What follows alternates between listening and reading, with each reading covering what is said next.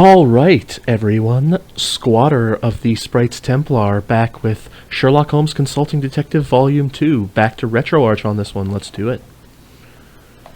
Love myself some full motion video games. Really action-packed games we're playing right here. Oh yeah. Get a load of that high color image there. It's totally not pixelated at all. Peter Farley and Warren Green. This is actually my first live action exposure to Sherlock Holmes, so this is those two guys are the mental images that I have for the characters. Oh jeez.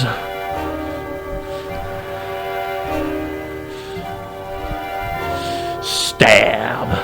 The case of the murdered munitions magnate. Some of them seem to have alliteration.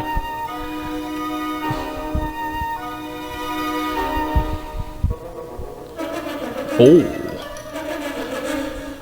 Nice orchestral sting there. The game is afoot. Alright. So we've already seen the Holmes's the instructions and Holmes's introduction. Guess I'll just... I think you'll find these tools to be positively invaluable as you endeavor to help Holmes solve these cases. Choose an icon to hear a description.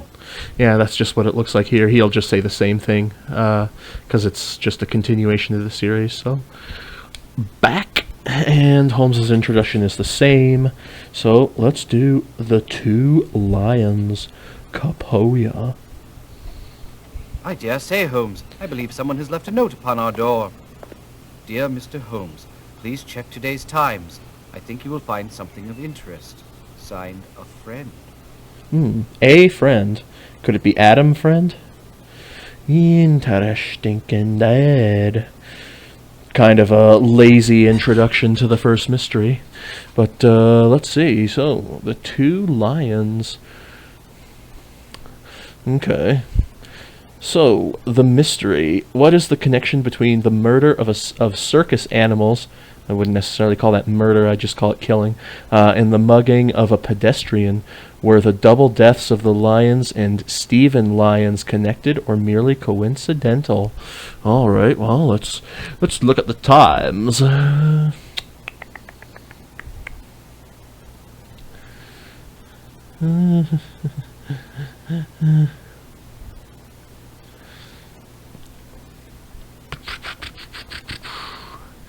I'll just scroll through here. Respectable woman, a collie dog to care. There's deaths.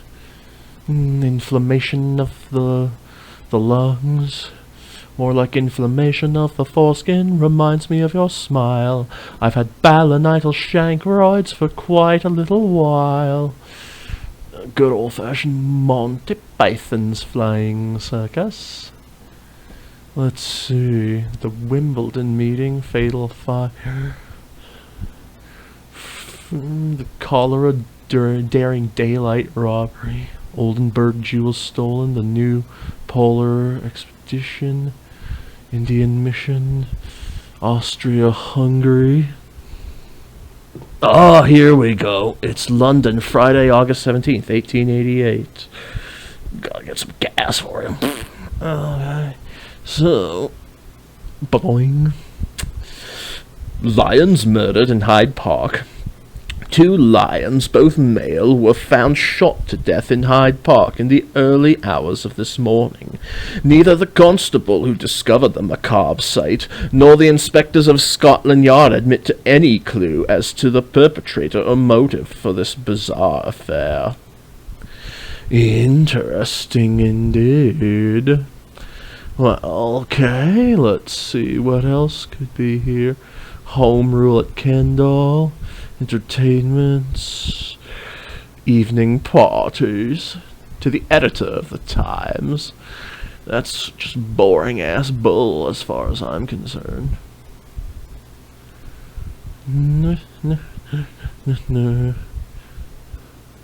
Ah, I see. Mysterious death. This shall be August 1888.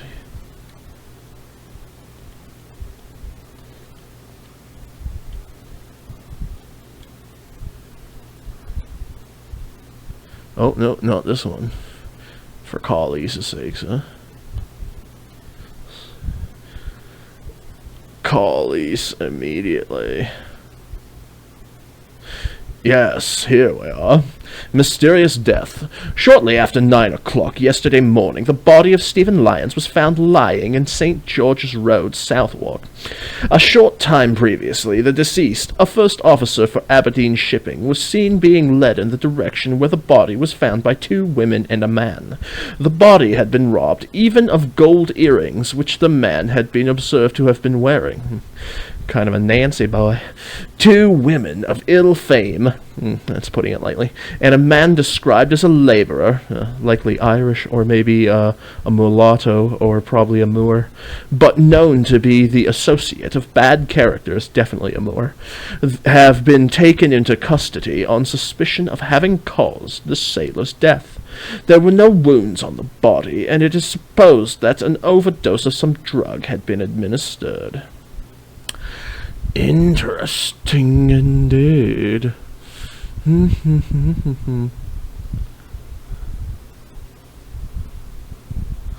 Alright. There's an accident on the docks. Charges of murder. I would not even hear of it. In London, of all places. And this is a long time before the mass importation of less than reputable people from the third world. Alrighty. Miscellaneous new features. Sewing machine exhibition, oh my god. I'm there, dude. I am there. Interesting. Very interesting indeed. Anarchist found dead in rooms. Oh, well that's good. Yeah. Oh, damn anarchists. They all just cause trouble. They all cause trouble indeed. Fight set for tonight. Oh yeah. New Scotland Yard. Maybe it's Nova Scotia.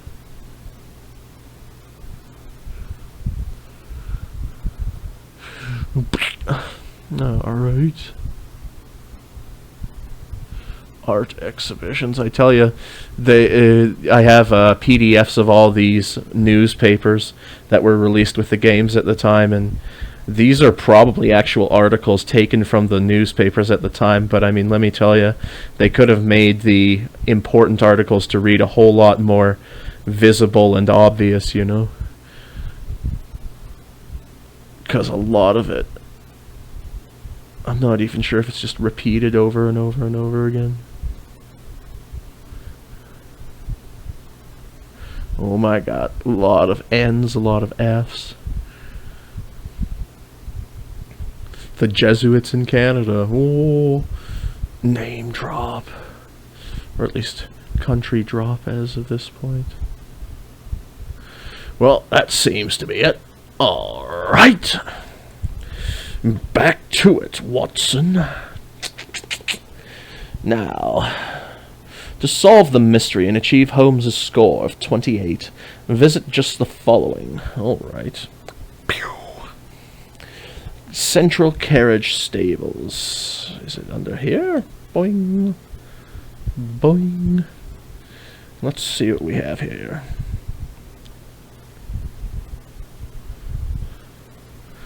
Alright. Central Carriage Stables is located at 5 Grays Road, West Central. It is at this location that all of London's cabs are stabled and dispatched. This is a good place to find information about people's movements around the city. Alright, let's go. Did the dispatcher show you the wagon, Holmes? Not only did he show it to me, it revealed some very interesting clues. Oh, do tell. The wagon housed a cage, which of course was no surprise. The door was wide open. I found that the padlock had been sprung, left to dangle on the ringbolt. Blood was smeared all over the stairs leading in and all over the floor inside. Oh, how perfectly nauseating. It was. But what interested me even more was what lay in the corner of the cage. What was it? 2 large leather collars. Attached to the end of each collar was a leather pouch. Both pouches had been ripped open and emptied. What do you suppose it adds up to?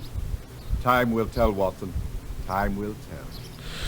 Yes, but how do we make time speak?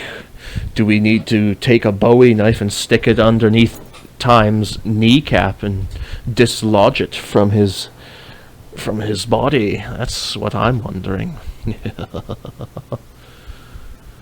Oh, Carlise, what am I doing? Boing, boing, and these guys.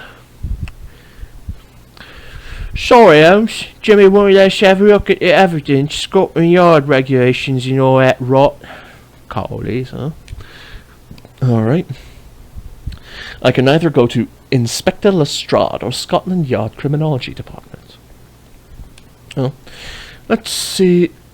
Is he under Inspector Lestrade? Oh no, he might be under his last name. Inspector Lestrade. Boing. Lestrade's bulldog tenacity has brought him to the top at Scotland Yard. He is the pick of a bad lot, rather an unimaginative sort who is out of his depth. Provided assistance with the taking of Sebastian Moran and the Baskerville case. The Hound of the Baskervilles. Boing. Oh, no. What do you want? I thought I was going to have a nice quiet day. Somebody has asked us to check today's Times, and I was wondering if you'd be so kind as to tell me what you know about the mysterious deaths in the southeast. There's nothing mysterious about it. The culprits are in custody at Old Bailey. The victim's body is at Fox. And what about the murdered lions? What of them? What did you find at the scene of the crime? Holmes wants me to record it precisely. What did I find? 2 lions shot a number of times, lying on top of one another. Wagon tracks leading away from the bodies. Footprints in the damp grass. How many footprints, Inspector? Oh, who knows? I believe there were 2 sets of boot prints, if you want to get specific. They entered and exited from the wagons. Now, will that do it for your Mr. Holmes, Dr. Watson? Nearly. And what became of the wagon? Surely Holmes will want to know that. Abandoned in Archbishop's Park. I had a man drive it over to our central carriage stables, largely so that someone could look after the horses. Any motives for the murder? Unfortunately, I haven't. Well, Lestrade is kind of a useless twat. I see. Well, let's see what these fucks have to say. The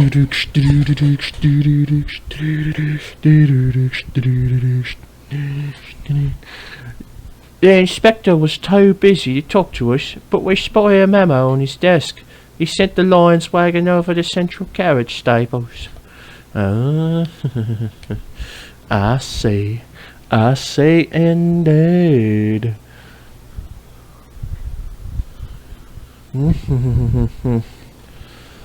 6:45. Alright, let's go to Scotland Yard Criminology Department.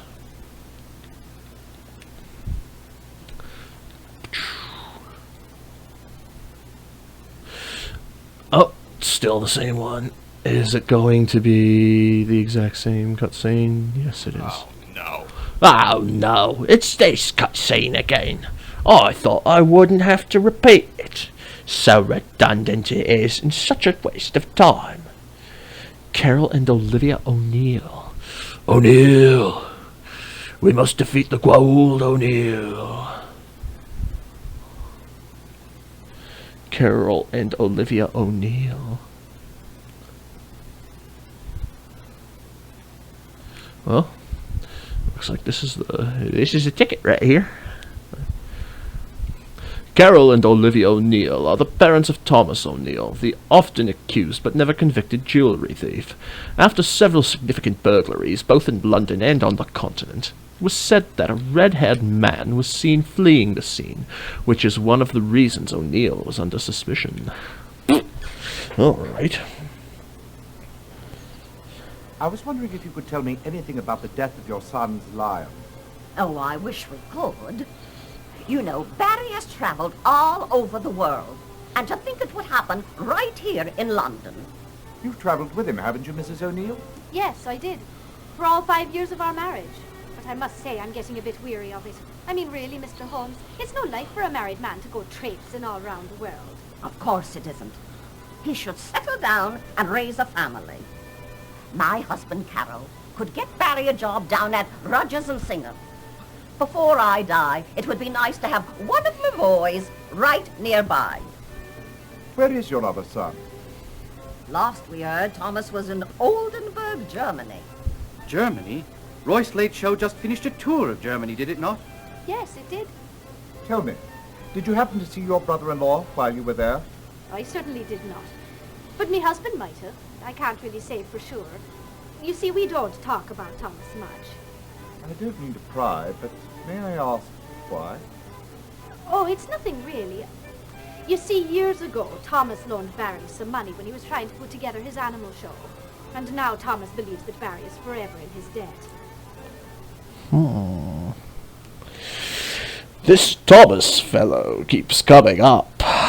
I think maybe he could have something to do with this. Yes. Oh, yes. Alright. Shinwell. Oh, Porky. We're back to Porky Shinwell. Boing.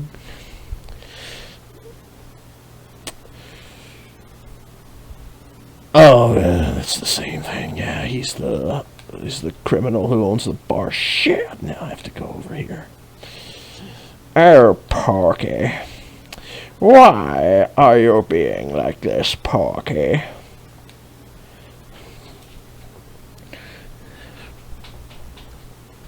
Don't know a thing about them jungle-type lions, but I might be able to help you out with Stephen Lyons. How so, Shinwell? Did you know him? Well, he came in here from time to time whenever his ship was in port. A friend of mine up at Pentonville knew his brother. Says the two of them were lockpickers of the ace variety.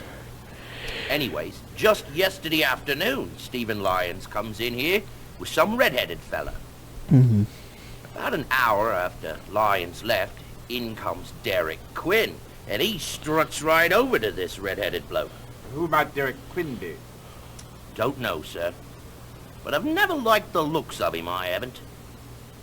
What about Thomas O'Neill? Do you know anything about him? Don't believe I've ever met him.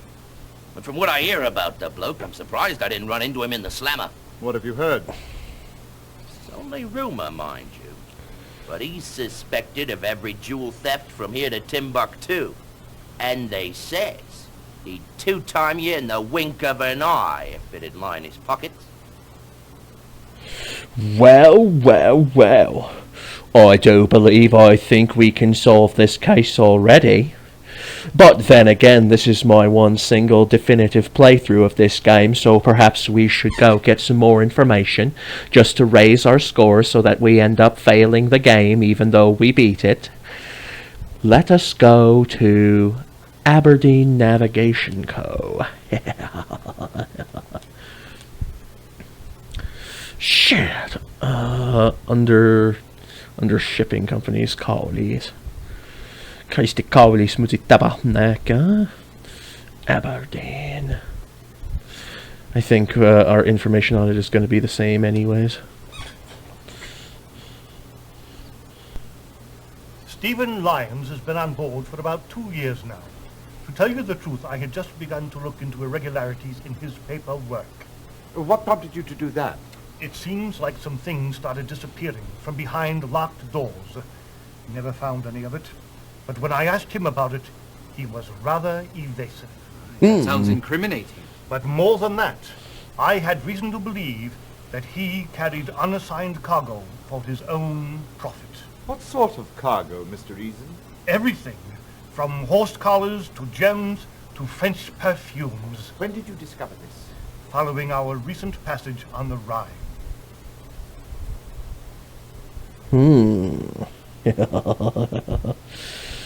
Most incriminating indeed. Alright. Let's go to Edward Hall. Perhaps he can clear things up. You know, I think it's funny, they say that in the walkthrough, all you have to do is to visit everything that I visited, all the way, including Porky Shinwell, and then after that, you're supposed to be able to figure it out, and then go to court and end this mystery, right? And then you'll get Holmes's score. So I think it's funny that the game actually encourages you to not play the game all the way through, you know? I mean, it's like, why did you record all of this footage for, like, unnecessary visits that would actually hurt your score? Like, it makes very little sense. Like, what were they spending their money on? The victim, Stephen Lyons, was last seen in the company of Sylvia Carpenter, Marcy Edwards, and Collier Eddy at the Red Bull Inn. It was a simple matter for the police to identify and apprehend them. Would you like to talk to them? Yes, thank you. Tell me, Miss Carpenter, what happened last evening? He just dropped down dead, he did. I done nothing to him, I swear it. Miss Carpenter, did you know the gentleman? Never seen him before. Marcy, me, and Collier was just sitting around talking about this and that, and the sailor comes up and he says he'd like to join us. So we started off to Marcy's place. We only got a few steps and the sailor starts gasping for air. He made an awful sound and then he just keeled over dead. I took off like a shot. Did you notify the authorities? No, why should I? And then he just dropped over, dead as a doornail. That's precisely the story Miss Carpenter told us. Well, then that proves that it's the truth. Looks like the coppers got the wrong girl. But that ain't unusual, is it? I understand the man was robbed. Well, the man was dead. What use did he have a few quid? Dead or not, it's still stealing, my good woman. Gotcha. I was out for a little fun is all. Never seen the bloke before, and I had no cause to harm him. The police seem to think that his money and gold earring might have been cause enough. I took the opportunity as it came is all, but I didn't murder him for it. Interesting indeed. Edward Hole. So, let's go to...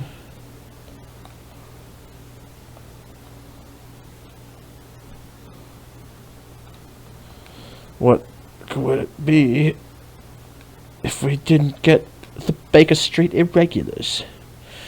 Asen said he would only give information to proper authorities. Well, I do believe that you're kind of useless. Kind of useless indeed, if I do say so myself.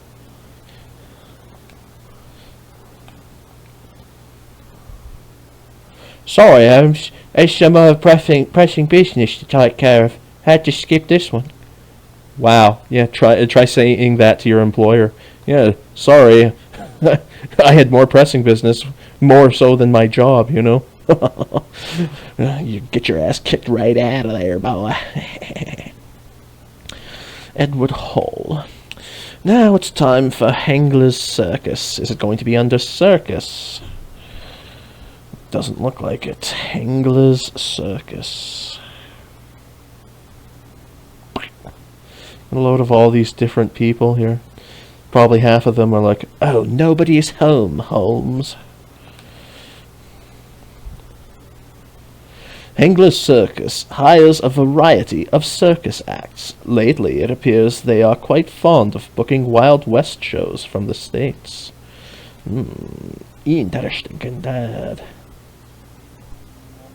What can I do for you two hombres?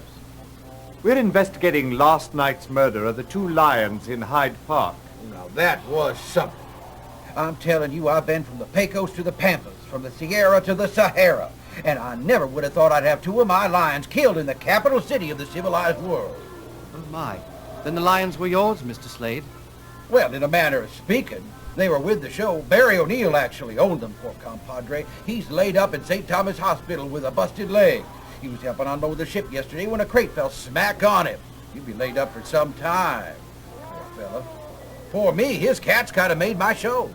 Do you know how he acquired the cats? Oh, he caught him himself in Africa with his bare hands. Probably the only hands that ever handled those cats. I'm telling you, they take your head off as soon as look at you. So no one else could safely get close to the lions? Well, there's Barry's wife. She's traveling with the show, too. Well, she's in the act, but just window dressing, if you know what I mean. I hear she's staying with Barry's folks here in London. Very interesting indeed.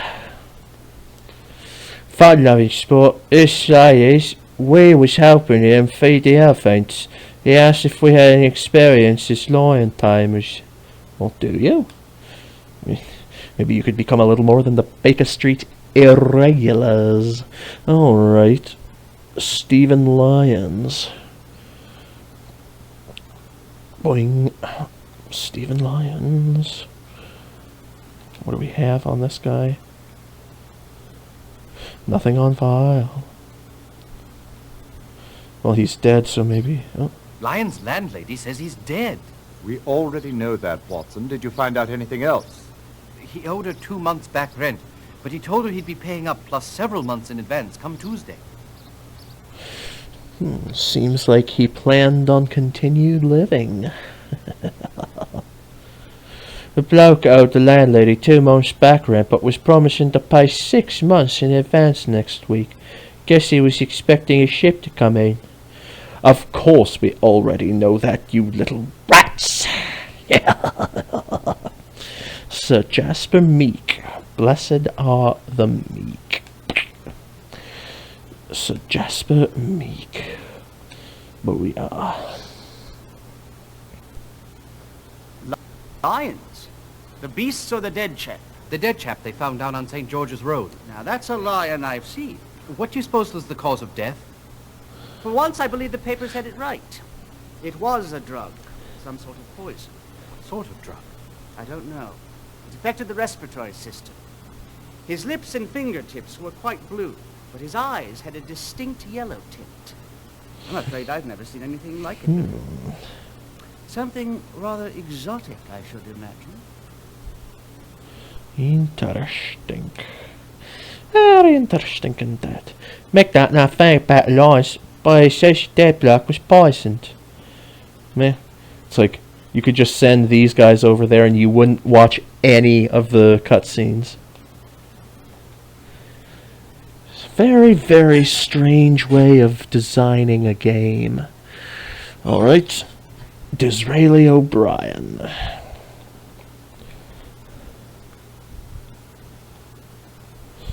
Booyah.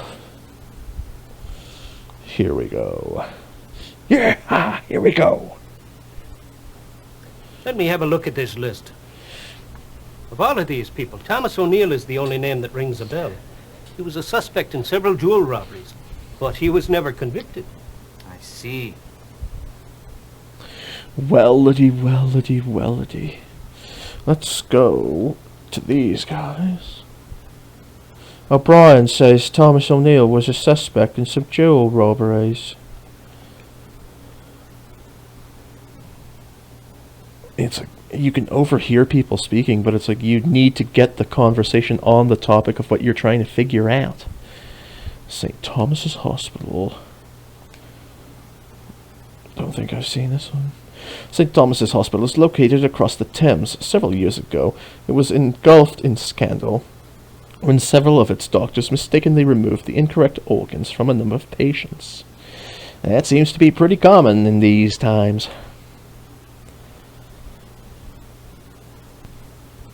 Mr. O'Neill, Dr. John Watson, may I speak with you for a moment? What about? Your Lions. We're investigating their murder. Oh, you're from the police? No, I'm working with Sherlock Holmes. The Lions were yours, were they not? Yes. And such good lads, both of them. Lenny and Bruce. We've been together so long. I don't know what I shall do without them. Do you have any notion who would want your Lions dead? No, not really. I can't quite imagine who would... Oh, 2 innocent lions dead. There, Mr. O'Neill. I assure you, Mr. Holmes and I will get to the bottom of this. Oh, those 2 good lions. Such kind, gentle creatures. They'd never hurt a fly, they would. Well, one of the small ibexes got into one of the cages and they ripped it apart like a chicken wing, but, you know, they're cute and cuddly, they are. Alright, Looks like we have exhausted the information sources. Let's go solve this case. Hear ye, hear ye. The Queen's Court stands in order. Bang, bang. A pleasure to see you again. So it's the murder of the lions you're investigating, isn't it? Excellent. But first things first. Tell me, who murdered those unfortunate beasts? Remember, you're to choose either from your notebook or the directory. Now they've got the judge filmed now. They've got some extra production values here. Alright, solution. Thomas O'Neill murdered those lions. O'Neill! Not only did he murder the lions, but he killed all the gold. Thomas O'Neill. Right you are. Now tell the court, why did Thomas O'Neill kill the lions? Right I am, huh? This judge seems to have all-knowing power. Did he do it in self-defense? Was he jealous that his father admired his brother's skills as a lion tamer? He wanted to retrieve the Oldenburg jewels from their neck pouches. Or his sister-in-law paid him to do it so that her husband would stop traveling. The motive is C.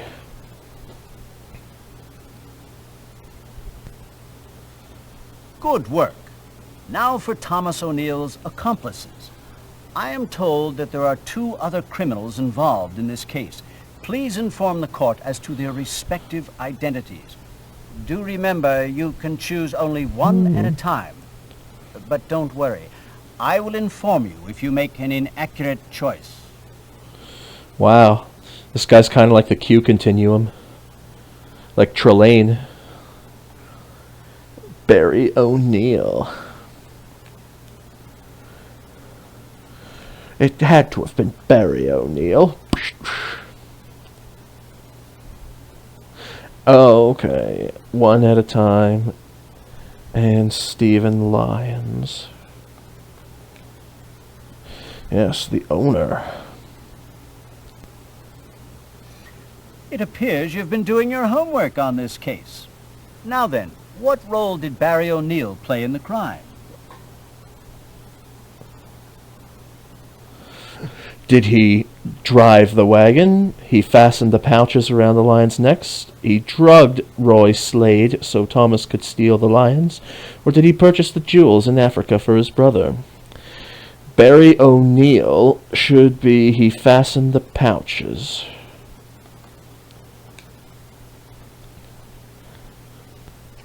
Quite so. Now tell us, what essential role did Stephen Lyons play in this crime? Oh. He picked the lock? They said he was a lock picker. He took the pouches off the lions? He held the cage open while Thomas stole the animals? Or did he rob Marcy Edwards and gave her jewels to Thomas? He picked the lock on the lion's cage.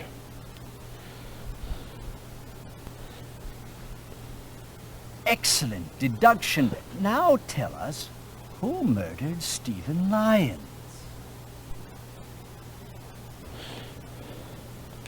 In the directory, O'Neill.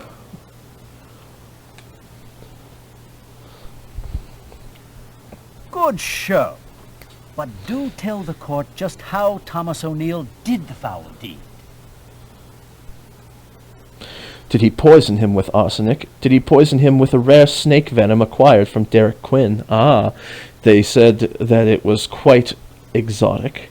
He had Collier Eddy and Marcy Edwards hold Stephen Lyons down while he poisoned him with arsenic. Or did he pay the bartender to serve Stephen Lyons bad liquor at the Red Bull Inn? It is B. He poisoned him with rare snake venom. What a ruthless chap, that O'Neill. Seems to have all kinds of blood on his hands. Now tell me, why did he kill Stephen Lyons? Did he hate lions of any type? Lyons had threatened to blackmail him because Lyons refused to hand over the jewels, or so he wouldn't have to pay Lyons for his part in the crime. It is D. Double-crossed. Now, there's a tale that Lyons didn't live to tell. Good show. You've done a most satisfactory job on this case. Court is recessed. Until the next time, of course. Until next crime. Right this way, Inspector.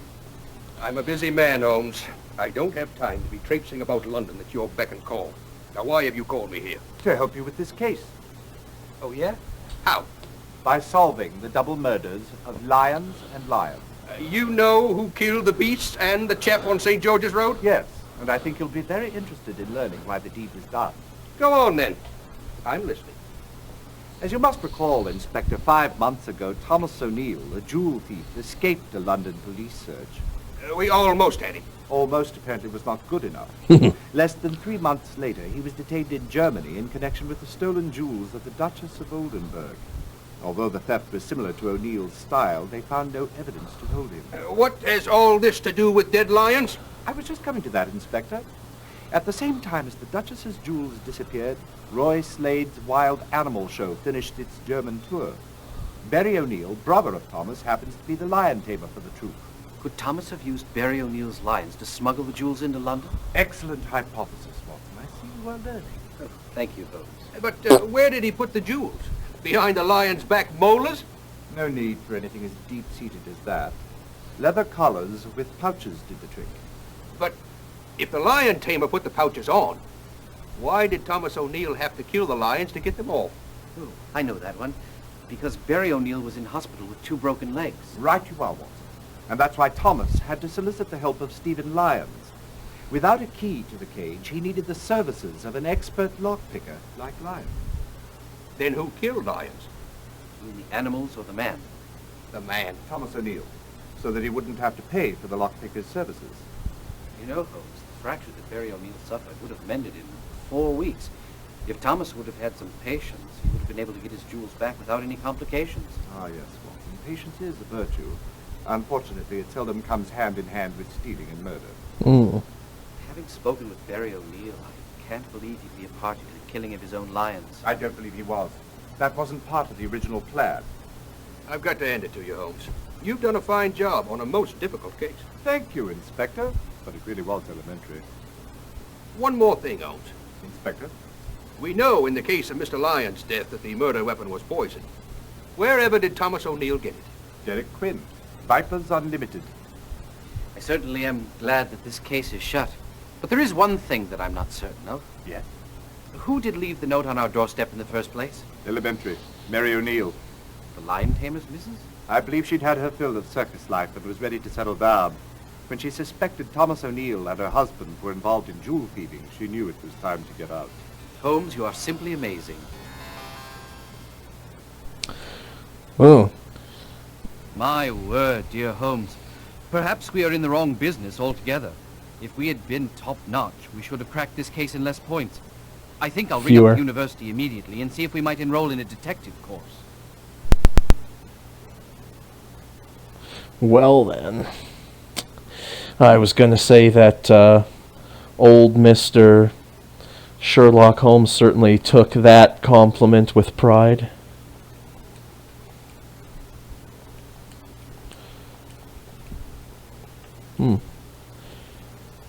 Doesn't seem to give me an option to go back. But if that's the case, no big deal. We've beaten that mystery. So, we'll just reset. Booyah. And we'll go to the next one. The Pilfered Paintings.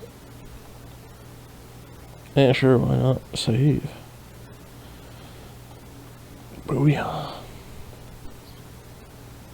This has been a very upsetting day for me. Undoubtedly, Sir Simpson, you are referring to last night's theft of the 2 De Kuyper paintings from the National Gallery. You've heard? All of London has heard. Tell us, what do you know of this unfortunate affair? Well, about 6 months ago, July 1st to be exact, an auction was held at Armitage's gallery for the 2 new recently discovered decipers. I'd never heard of the artist before reading the newspaper this morning. Who was he? A student of Rubens, and until recently there were only 6 of his paintings in existence. Who owned those 6? 4 were in the Louvre in Paris, 1 in the Rijksmuseum in Amsterdam, and 1 in the private collection of Lord Winslow Smedley of London. How did you hear of this auction? From Brady Norris, my head curator. I immediately gave my authorization to purchase the paintings. Well, how much did you pay for the paintings, Sir Simpson? £125,000. No paltry sum, to be sure, but decidedly less than what we had anticipated. I had no idea art could be so costly. People are awed by anything which they believe to be rare. Indeed, and that is why I was determined to bring together the known decipers for a show. The respective owners agreed, and in 2 days the exhibition was to have opened. Tell me, Sir Simpson, how well was the decipher show publicized? Oh, it has been common knowledge for weeks. And when were the other paintings to be hung in the gallery? Tomorrow.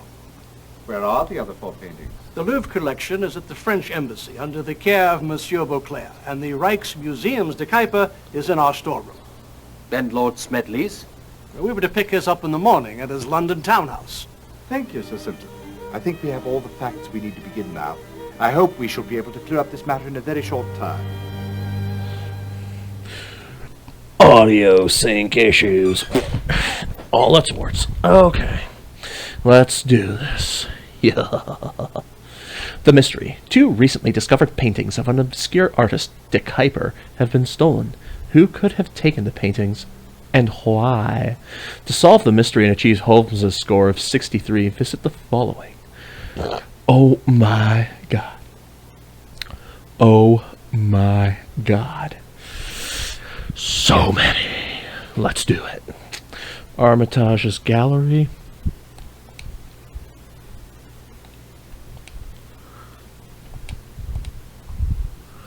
At least there's no newspaper reading. For 3 generations, Armitage's has been the city's most prestigious auction gallery, earning their reputation by putting before the art-buying public the best and rarest of objects. They are currently planning an auction of 2 newly discovered decipers.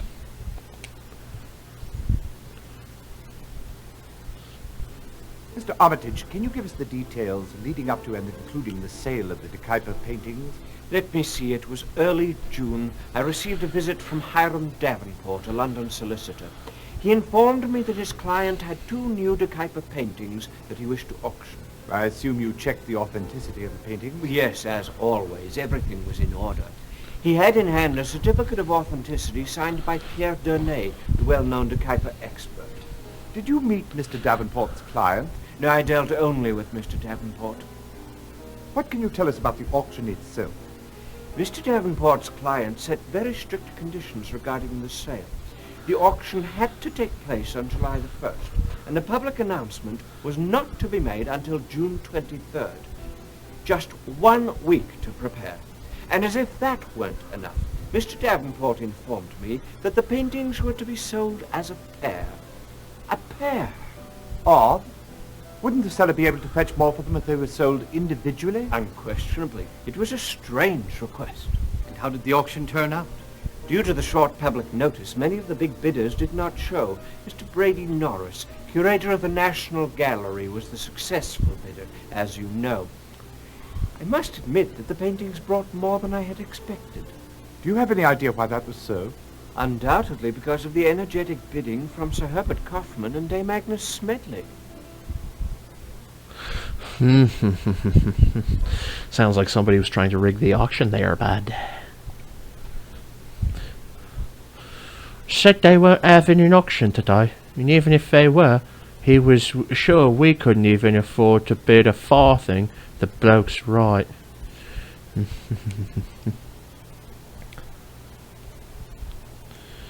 The Carlton.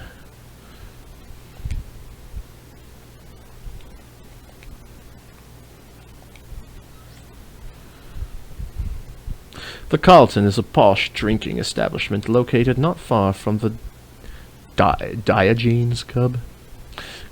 Sorry.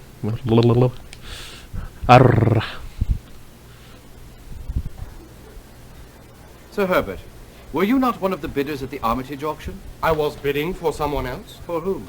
Can't tell you that. If they wanted to be known, they wouldn't have hired me, now would they? What was your relationship with Brady Norris? We went to Oxford together. What of it? Was he a student of art there? Yes, and a rather good one, too. Brady and I once discussed opening our own gallery. For me, it would have been a mere business venture, but for Brady, well, he always wanted to control an enviable collection. Well, then he has realized his dream. As curator, he certainly must do that now. Not really. Everything Brady does must be authorized by Sir Simpson.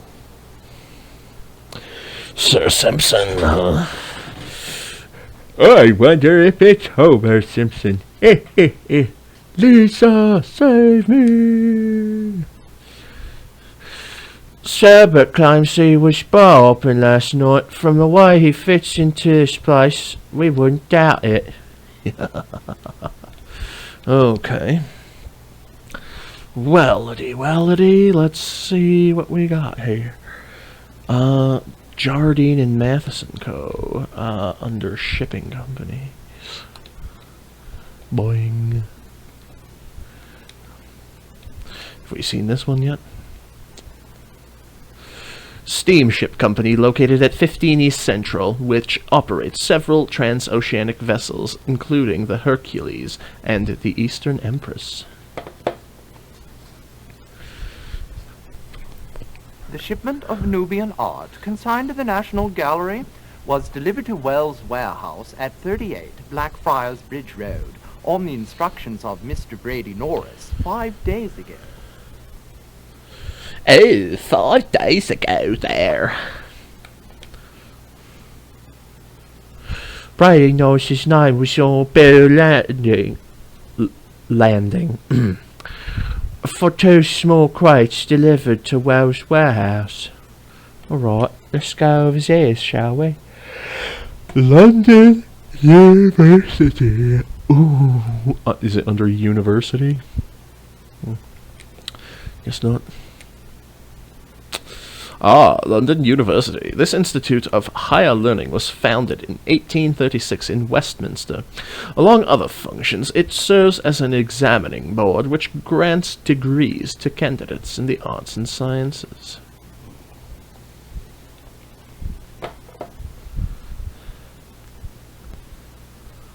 You are mistaken. Science does not lie. Excuse me, gentlemen. Monsieur Murray, I am one of the world's greatest experts on De Kuyper, and I tell you this painting was painted by the hand of De Kuyper. Mr. Beauclair, I am not an art expert. You stated the obvious, monsieur. But I am an expert on paint pigments and their chemical composition. And I tell you that any painting containing Prussian blue isn't from the 17th century. The process to create Prussian blue had not yet been developed. That paint cannot be more than 30 years old. You don't know what you are talking about. Good day, gentlemen. I have heard all I need. I wonder if the Baker Street Irregulars could have heard that as well. Are you sure that was the right address? The place looked downright deserted. Apparently not, you useless twats. Alright. Blessed are the meek. We are going to see Sir Jasper Meek.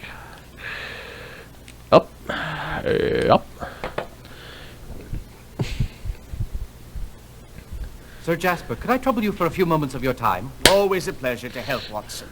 But I must admit I'm not much of an art buff. Actually, I wanted to ask you about Matthew Cole, the chap that died in the fire. Yes, well, he may have died in the fire. But according to my autopsy findings, he definitely did not die because of the fire. What? Not a trace of smoke in the chap's lungs. No, I'd say the nasty bump on his head was what caused his demise. Interesting indeed. Yeah. Are you going to say something useless again? Mr. Holmes, Meek says Cole died from a bloody old noggin. He died. That's what I said. That's what I'm sticking to. Murray. H.R. Murray. Let's see what this old bloke can say to us right here, right now. H.R. Murray is the head chemist at the Scotland Yard Criminology Lab. Old H.R. is a tremendous source of information, though his thoughts tend to ramble a bit. There is, however, no better mind when it comes to interpreting the physical evidence of a crime. All right. Excuse me, Dr. Murray. May I have a moment of your time? Ah, Whitson. So nice to see you again. It's Watson, sir. Glad to hear it. Now, what can I do for you, Whitson? Holmes and I are interested in the debris from the fire of Matthew Cole's hotel room. Aye, such a tragedy. Everything was soaked with kerosene. No doubt this one was arson. Not much left to analyze. I found a key in his pocket. No number on it, though. Ah, but there was one other thing. A piece of canvas oil painting. An oil painting? Aye, it was smeared with Prussian blue paint. Oh, may I have a look at it? No, sorry. I sent it over to London University for my brother Mortimer to examine. He's a professor of chemistry, you know. An expert on paint pigments. Looks like we've already gotten the information from there. Yes, we have. Hey, guys, we haven't gotten around to this one yet. Sorry, Holmes. Useless, useless, useless. National Gallery.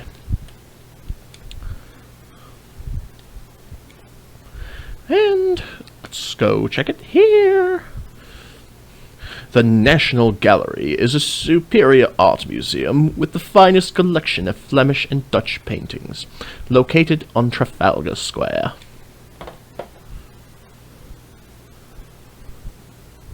There were 4 of us on duty when the theft occurred. Our shift starts at 4 p.m., and upon our arrival we prepare the gallery for its closing at 5. Now, on the day of the robbery, by 5:15, all the employees of the gallery had left for the day, with the exception of Sir Simpson and Mr. Norris. Was that unusual? No, sir. It is their custom to remain until the gallery is secured. I personally let Sir Simpson out through the main entrance at 5:30. Mr. Norris stayed on because he was expecting a delivery. What time did the delivery arrive? I'd say it was 5:45 when our comings and goings wagon arrived. Charlie and I helped Mr. Norris and the deliveryman unload 1 large crate and 2 smaller ones. Do you know where these deliveries were from? I'm not sure about the larger one, but the 2 smaller ones were from Jardines. What happened after the crates were unloaded? The deliveryman left. Charlie locked and barred the loading dock door. Mr. Norris went into the storeroom to check his shipment, and I returned to the guardroom. Did you see him open any of the crates? No, sir, I didn't. What happened next? At 6:30, Mr. Norris informed me that he'd locked the storeroom and would be leaving for the evening. And you let him out? Yes, sir, through the main entrance. Then I made my rounds through the office wing, checking all the doors to make sure they were secured. And how did you spend the rest of the evening? Looking after my rounds. I took the 11 clocker through the east wing. At about 11:10, all the paintings were in their proper place in Gallery 12. Then Charlie made his rounds, following the same path that I'd just made, except when he arrived at Gallery 12, the 2 de Kuyper paintings had been cut from their frames. What time was that? I answered his alarm at 11:35 and sent him to check the loading entry in the office wing. Have you any idea how the thief got into the museum? No, sir. The only keys to the outside doors are kept in the guardroom or in the custody of the patrolling guards. Sir Simpson and Mr. Norris are the only staff members who have keys, and even they only have keys to the inside doors. Well, that's all I know. I hope I've been of some help, sir.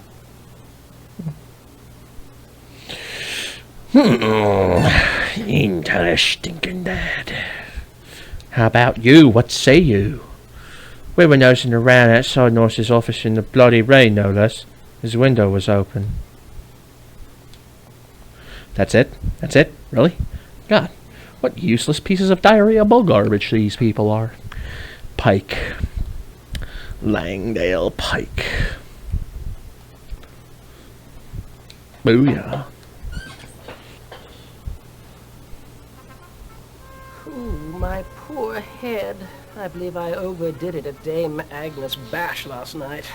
Did you hear anything there that might be of interest to us? I heard many things, Holmes, mostly from the chattering mouth of Pierre Donnet, world-renowned expert on de Kuyper. He has managed to do shockingly well for himself, considering 20 years ago he was a starving artist. But then his ship came in. Whatever do you mean? In 1872, he discovered the first de Kuyper in a church attic in Brussels. Soon after it sailed to Rijksmuseum in Amsterdam, he began a whole new and extravagant life. I suppose that's why he can afford to keep a luxurious suite at the Langham Hotel. Did his discovery of the De Kuiper catapult his own work into the spotlight? Hardly. In fact, Donnet has never sold a painting done by his own hand. Well, Pike had a royal headache and couldn't be bothered with us this morning. Oh, I fucked up on my accent. Red Bull Inn. Is it here? Red Bull Inn. Like Black Bull Mall, like The Red Bull Inn is a working class pub located on the road to the Priory School. Do you know a fellow by the name of Matthew Cole? The poor bloke what died in a fire? Sure, he was a regular around here these past 2 months. You remember when you saw him last? He was in here just the other day. Drank quite a few with a heavy-set gentleman who walked with a limp and used a cane. What? The cane had a duck carved on its handle.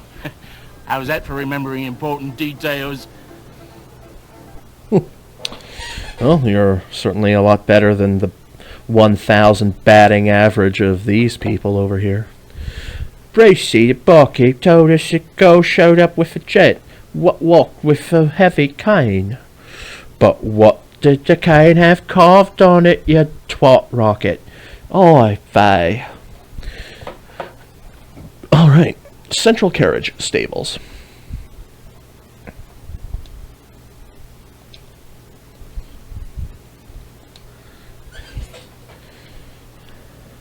Central Carriage Stables is located at 5 Grays Road. Yes, okay. Already read this one, huh?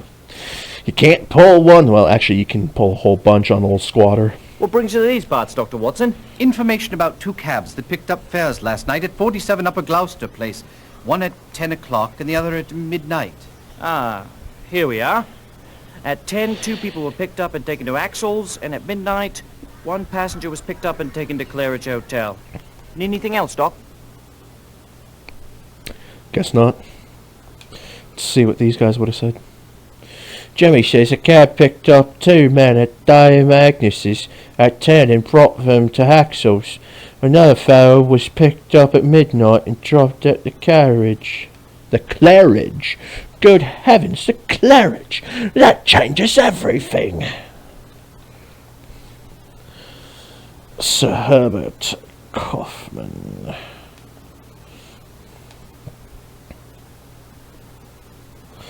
Son of Robert Kaufman, the railway magnate, who also served in the cabinet at the time of his death. Sir Herbert was knighted at the age of 28.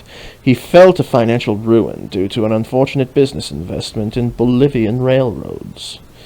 Oh, those Bolivian railroaders, they're all high on cocaine. Tell me, Watson, what did you learn? The downstairs maid has an easy job of it. I beg your pardon? There was barely a stick of furniture in sight. Very observant, Watson. Now, what of Sir Kaufman? Oh, well, the butler informed me that Sir Herbert was not at home. He suggested we might find him at either the Carlton or at Brill's Baths.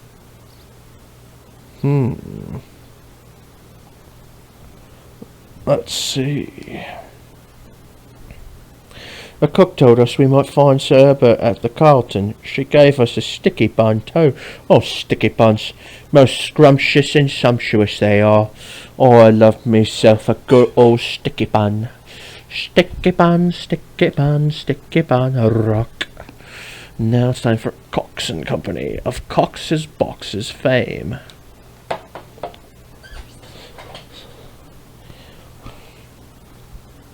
I am, of course, revealing this information to you under the strictest confidence. Of course. Sir Simpson Whitcomb. He's one of the wealthiest men in England. His ethics are impeccable. And what of Lord Smedley? Much in the same position financially. What can you tell us about Sir Herbert Kaufman? Now, there's another story altogether. He had a brilliant future, was knighted at 28. Then he got involved in South American ventures, Bolivian railroads. The whole project fell through, and Sir Herbert lost his entire fortune. And Brady Norris? I never met him, but I know he opened an account here on the 1st of July with a deposit of £50,000. That's a whole lot of money nowadays, and Then a days too, I guess. Yeah, could you have overheard that? Our favourite kind of place. Unfortunately, they won't let us sample their wares. In fact, they won't tell us a thing. Well, hearing all, seeing all, not so much there, buddy. Alright, let's go to Davenport. Hiram Davenport.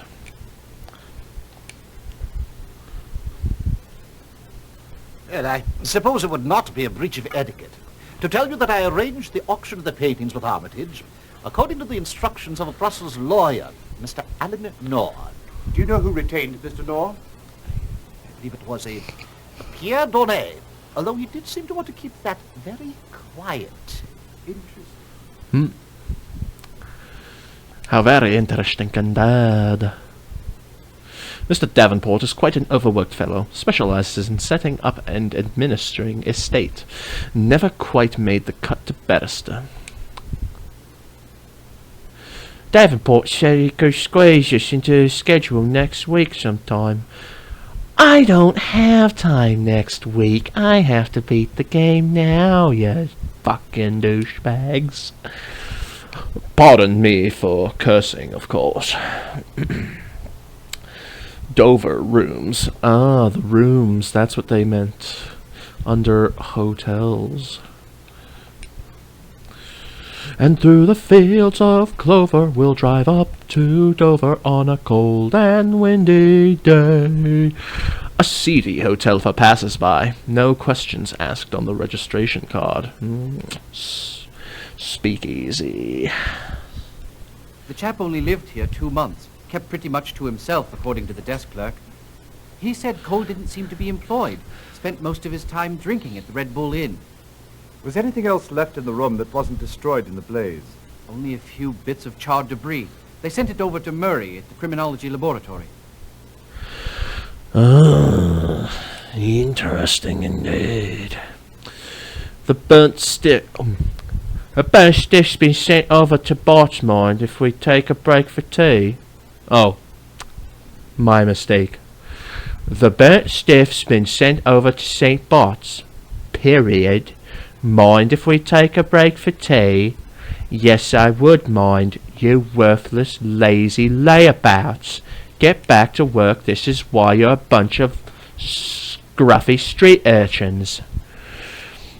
I tell you, they just don't know a good day's hard work. Henry Ellis. It's now time to go to Henry Ellis to bulk out our score and make us say, "Oh dear, Holmes." Have we seen this one yet?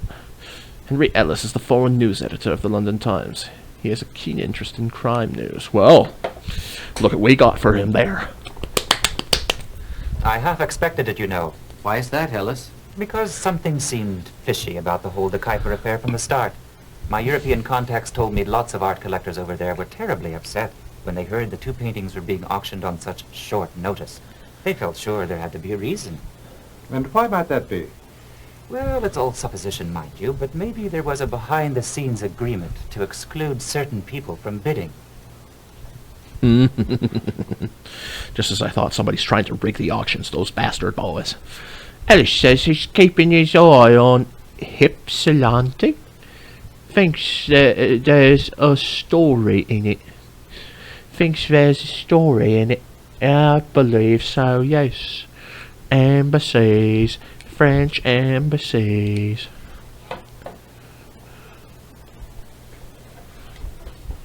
I am greatly distressed by the loss of the paintings, and I must say I regret not having had the opportunity to closely examine them. Why is that? For one thing, the circumstances under which they were acquired by the National Gallery might raise some question as to their authenticity, might they not? We had considered that. Such short notice for such a major art event is unheard of. But, of course, with no paintings to examine, there is no proof. It seems that he forgot his French accent halfway through his line. Are you sure it was the right address? The place looked downright deserted. Wow. No. You fucking idiots. Fuck, fuckity, fuck, fuck, fuck. Very, very useless, massive waste of time. Quentin Hogg. Better, much better than David Hogg. Quentin Hogg worked for Scotland Yard as a police inspector from 1869 to 1882. He now reports on crime for the Police Gazette. Booyah. This one's a real puzzler, if you ask me. We've noticed. There was no evidence of forced entry, but if you could figure out that part of the puzzle, you've solved 90% of the case. The who and why will come easily after that. Hurt. Sounds good. Looks like the Turks were after Farmy's stolen goods. Whoops. Wrong case. Sorry. I want to strangle these bastards. Not funny.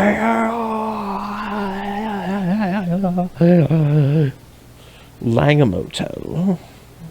Alright. What kind of hotel is this one? The Langham Hotel is located in the West End of London and boasts the city's most elegant accommodations. A favorite place of the King of Bohemia. Is this the real life? Is this just fantasy? How can I be of service to you, gentlemen? What can you tell us about the theft of the De Kuypers? Nothing, I'm afraid. I only arrived from Brussels yesterday afternoon. Could you tell us who the seller was?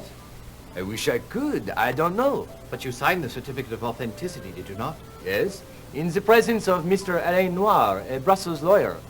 He was representing an anonymous client who owns the two De Kuypers. When did you see the paintings? The next day in his hotel room. There's no doubt in your mind they were actual De Kuypers?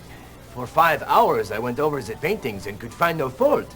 The use of color, the brushstrokes, the type of canvas, the matching signatures. There was nothing out of order. It was De Kuyper. Interesting. Pompous bloke, if you asks us. Spent half an hour admiring the colour of caps. Holmes, we have better things to do with our time. Is that right? Wow. Somebody needs a kick in the jaw with steel-toed boots. Like, get the hell out of my face. Lloyd's of London. Okay. Like, they say, like, exploit them, he said, so it's like, you do, and then they start talking trash to you. That's awful. Headquartered at the Royal Exchange, Lloyd's is a group of ship owners, merchants, underwriters, and ship insurance brokers.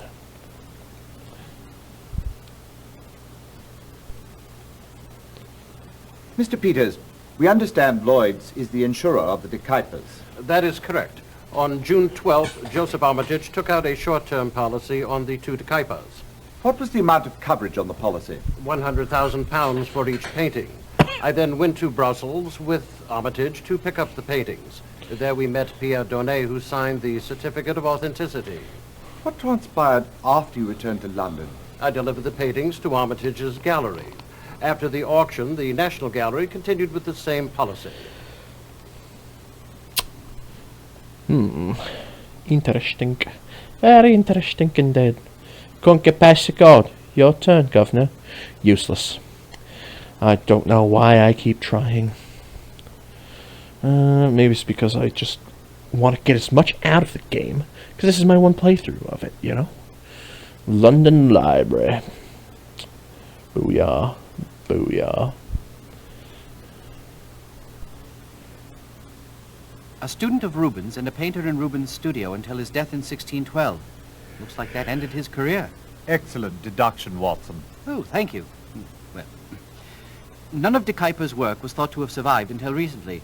In 1872, the painting Lady in a Rose Garden was discovered in a Brussels church attic by art expert Pierre Donnet, who attributed it to De Kuyper. This painting now hangs in the Rijksmuseum in Amsterdam.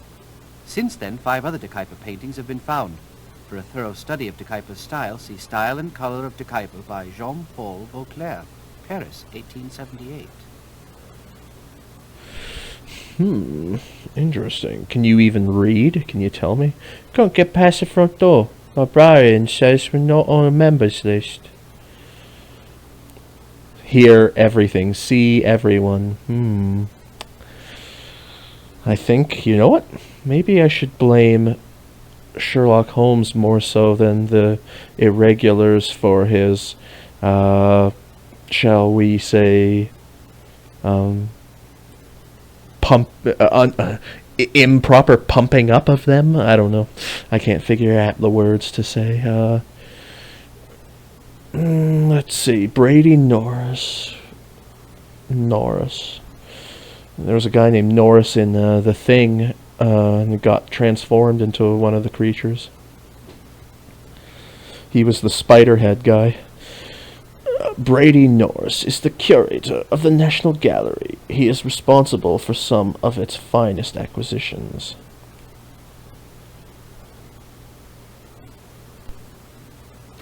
Sir Simpson said you might be coming by, though I don't know how I can be of much help. I was at Dame Agnes's dinner party when the robbery took place. Right now we are just trying to piece together what happened to Mr. Norris. Do you have any idea who might be responsible for the theft of the paintings? No idea at all. Or have you any idea how the thieves got into the museum? None in the least. Were the de Kuypers the most valuable paintings in the museum? No, of course not. We have Rembrandt's, Da Vinci's. Then why do you think the de Kuypers were the only paintings stolen? Oh, I haven't the foggiest idea, Mr. Holmes. I'm a museum curator, not a detective. I believe that is your calling. Somebody needs a shot to the jaw. Wow. That's disrespectful. Alright, you. Often hyped by Sherlock Holmes. That's a better way of putting it. Often hyped. Overhyped. Baker Street irregulars. Norris ain't too friendly, but he says he stayed late last night to receive an art shipment from Jardine's. Dame Agnes Smedley. More like Smegma. Maybe that's why I got kicked out of her place last time. Poor Dame Agnes, Lord Smedley's spinster sister. Matrimony does not appear to be in the cards for her, although heaven knows that the Smedley estate has been invested by her brother for that purpose. Dame Agnes is known about London as an art gadfly. Interesting. Dame Agnes, we're investigating the de Kuyper theft. I was so distraught when I heard. Word was brought right in during the middle of my party, you know, around 11. Dame Agnes, could you tell us about your guests from last night? Surely you don't suspect any of them? We are merely gathering information. Well, my special guest of honor was Monsieur Pierre Donnet. He was the one who discovered the first known de Kuyper painting. Lady in Rose Garden. May I ask who else was there? Let me think. Mr. Pike, Mr. Ypsilanti, Mr. Maddox, my brother Lord Smedley, of course, and Sir Simpson. And then there was Mr. Norris, usually such an outgoing young man. But he did not contribute to the evening's conversation as I had hoped. Oh, I don't know. I suppose he was just taken aback by Monsieur Donnet's presence. Did anyone leave early? Say before 11. Well, yes, now that you mention it. Mr. Ypsilanti and Mr. Maddox called a cab from the carriage stables and departed around 10 o'clock. The rest stayed until about midnight. Okay. Chicky old bag asked us if any of us was hitched. Well, I think maybe you should get the bobbies on her case. Sounds like she's going for mates of the illegal sort, if you know what I mean. Gotta get her in the slammer. Lord Winslow Smedley. Yes. Let's see. Son of the Duke of Malvern, he is exceedingly devoted to his older sister, the spinster Dame Agnes. Alrighty. What can you tell us about your de Kuyper, Lord Smedley? Well, I've had it for several years. Considered myself quite lucky at the time when Monsieur Donnet put me in touch with a Dutchman who wanted to sell it. Do you recall that gentleman's name? I don't believe I ever knew it. May we ask where your dekyper is now, Lord Smedley? Oh, I've deposited it in the vault at Cox and Company until this matter is cleared up. I'll have to look and see if I can speak to my aides at Cox's Boxes. Booyah. Oh, wait. I didn't see what the overhyped irregulars had to say. Booyah. Booyah. Booyah. Tried to get a peek at his painting, but it's off in a vault somewhere. And I think you know where we're going now. Oh, Porky. It's always old Porky. Oh, Porky. Shinwell, we're working on the National Gallery theft. Can you help us? Oh, geez, mate. Picture pinching's a bit out of my league. Don't know a thing about it. Have you seen or heard of any interesting meetings lately? I hear that Greek bloke's pretty steamed up about having missed the gavel at some auction or other. I heard he's been having a word or two with Clifton Maddox, who almost became a roommate of mine at Pentonville. Only a rumor, though. Did the rumor happen to say anything else? Only that Greek fella will do anything for a picture he wants. Hey, have a beer? Oh, Porky. Nothing from Shinwell, but we did meet a bloke high on the suds. What says some crazy old man paid him £5 to hammer him into a crate at Wells' warehouse. Guess it sure beats shoveling coal. Well, maybe that's how the guy got in there, huh?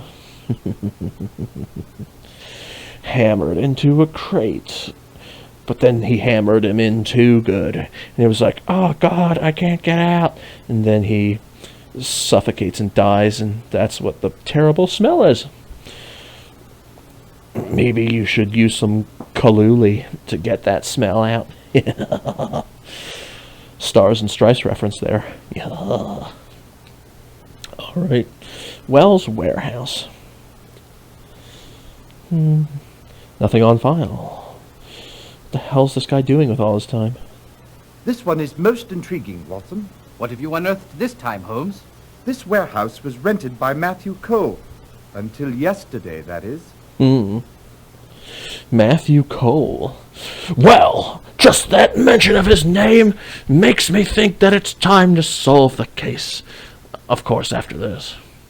Holmes, the warehouse was rented by the late Mr. Cole. Indeed. Let's solve the case. Hear ye, hear ye. The Queen's Court stands in order. So it is the National Gallery theft that brings you to my court, is it not? Sure. Well, then permit me to ask, who was the thief who lifted the dekypers from the National Gallery? Remember to choose either from your notebook or the directory.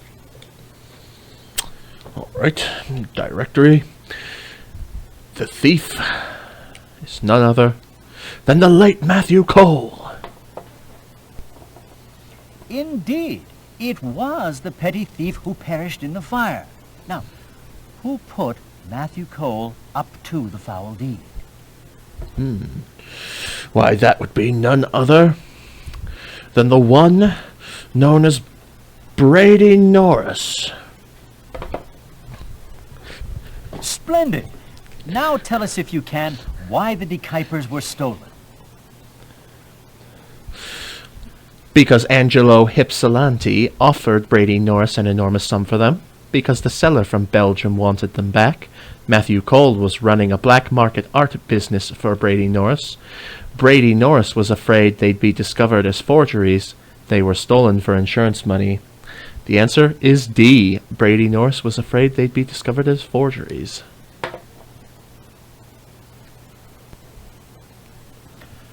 First theft, then murder. Ah, what a tangled web we weave. Now, please inform the court as to Pierre Donnay's involvement in the case.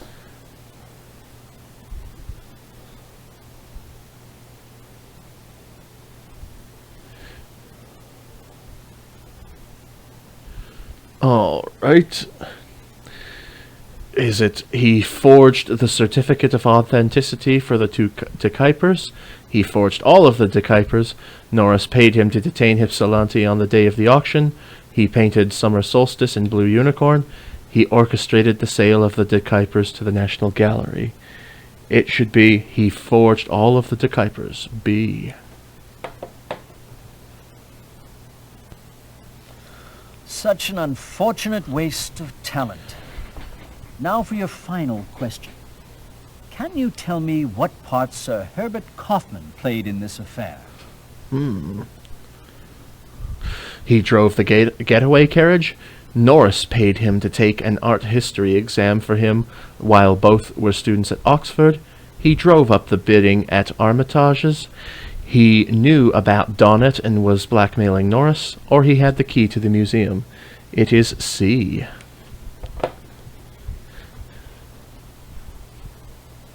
Splendid!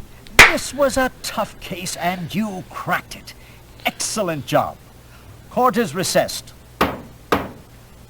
Until the next time, of course.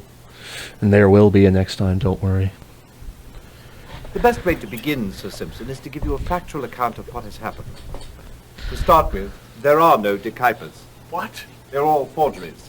Forgeries done by one very talented, egotistical man, Pierre Donnet. But how can you be sure?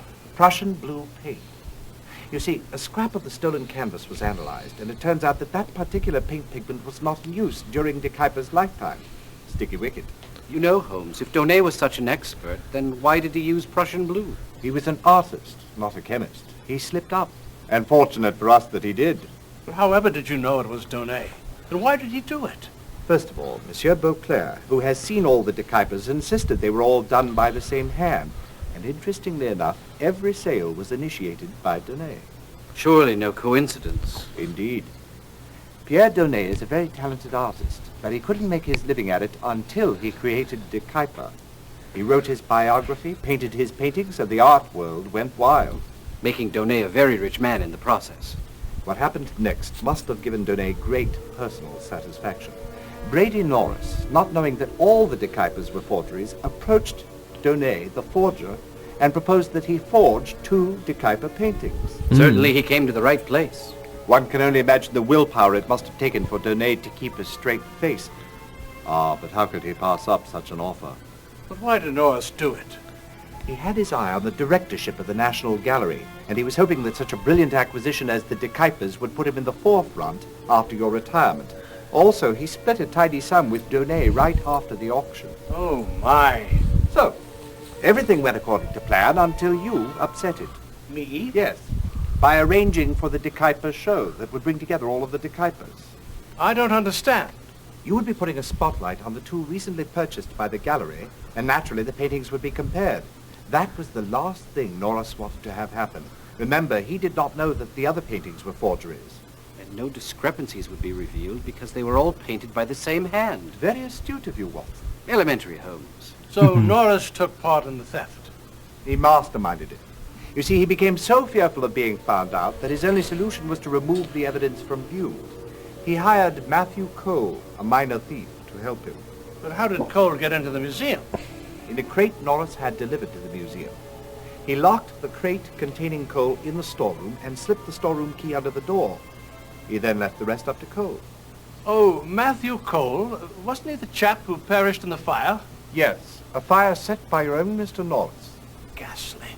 Why did he do it? To destroy the evidence and his only witness. The most complex and devious series of deeds. I am speechless. Brilliant, Holmes. This was a tough nut to crack. Elementary, my dear Watson. And yet the nut did crack. My word, dear Holmes. Perhaps we are in the wrong business altogether. If we had been top-notch, we should have cracked this case in less points. I think I'll ring up the university immediately and see if we might enroll in a detective course. And it locked up again. Okay, but that's alright. Booyah. Booyah. And now for the last one. The murdered munitions magnate. Alright. Booyah. Your housekeeper let me in. I hope I'm not disturbing you. I'm Richard Allen. You're not disturbing us in the least, Mr. Allen. Sit down. How may we be of assistance? My brother, Courtney Allen, was the president of the Grant Arms Company. Found shot to death in the alley behind his office on the evening of March 9th. My condolences. Thank you. It was all so terribly tragic. Scotland Yard put it down as a simple robbery by person or persons unknown. But I don't believe it, and that's why I'm here. Mr. Holmes, will you please take on this case? It has some interesting elements. Tell me, Mr. Allen, what sort of man was your brother? Courtney was a dynamic, charismatic individual. Always busy, forever on the move. I knew a chap like that in the service. He's quite a charmer with the ladies. Yes, and so was Courtney. No woman could resist him. Wasn't your brother married? Yes. Or Beatrice. Then I take it he had other romantic involvements at the time of his death? Well, yes, I believe he did, but I haven't a clue as to the lady or ladies in question might have been. With your brother dead, who has assumed the presidency? Courtney's hand-picked successor, Philip Marlowe, the second vice president. Doesn't that sort of transfer of power usually go to the senior vice president? Well, usually. But the senior vice president is Lord Raglan, who runs the Devereux Street plant. He's a brilliant technician, but a most inept businessman. Who inherited your brother's stock? His wife, Beatrice. It's also very upsetting. There, Mr. Allen. I assume those are the personal effects found with your brother? There wasn't much. A few folders, his keychain, his gold wedding band, and a small notebook. I did notice, however, that his pocket watch was missing. Anything of interest, Mr. Holmes? They appear to be of a primarily personal nature. This one is empty. What does SP10 indicate, Mr. Allen? I haven't a notion. There are 2 entries on the day of your brother's death. Captain Egan, 8:30 p.m. The other entry is plant, 8 a.m. Surprise. There also appears to be a note stuck in the back of the book. Written in your brother's hand. It says, meet me tonight at Spaniards at 10 o'clock, followed by the initials A.M. Spaniards. I positively salivate over their paella. Yes, it is very good indeed. Thank you, Mr. Allen. I think we have enough to begin our investigation. Oh, Watson, I know that you positively salivate over their women as well. Such a lounge lizard you are, Watson. Go fornicate your mother, Mr. Sherlock Holmes. Alrighty. So, the mystery. Solve the murder of Courtney Allen, president of the Grant Arms Company, England's largest small arms and artillery manufacturer. To solve the mystery and achieve Holmes' score of 42, which we won't do, visit the following. Alrighty. Booyah. Ah, great. Our first save state of the day. Richard Camp.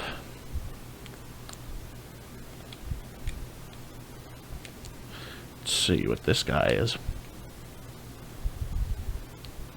Nothing on file.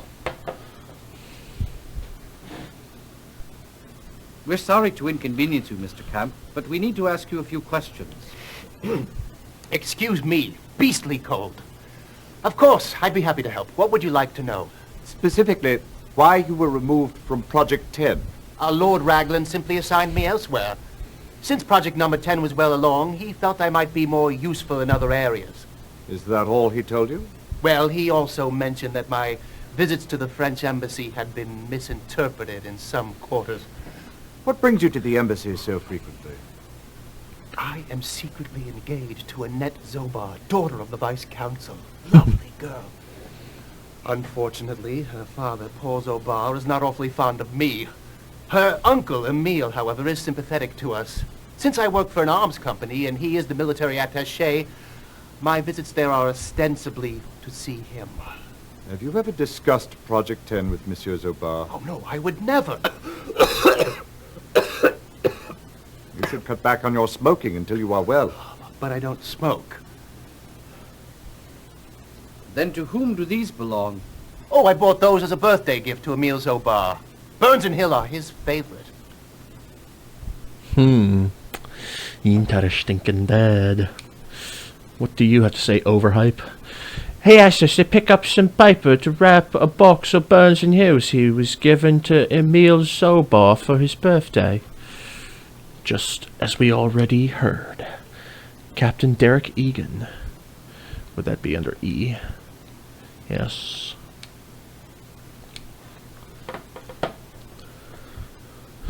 Captain Egan is the artillery officer for the Admiralty.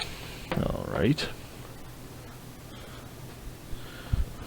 8 months ago, Allen came to this office with the design for a revolutionary new naval gun, most secret. The design was approved by the Navy.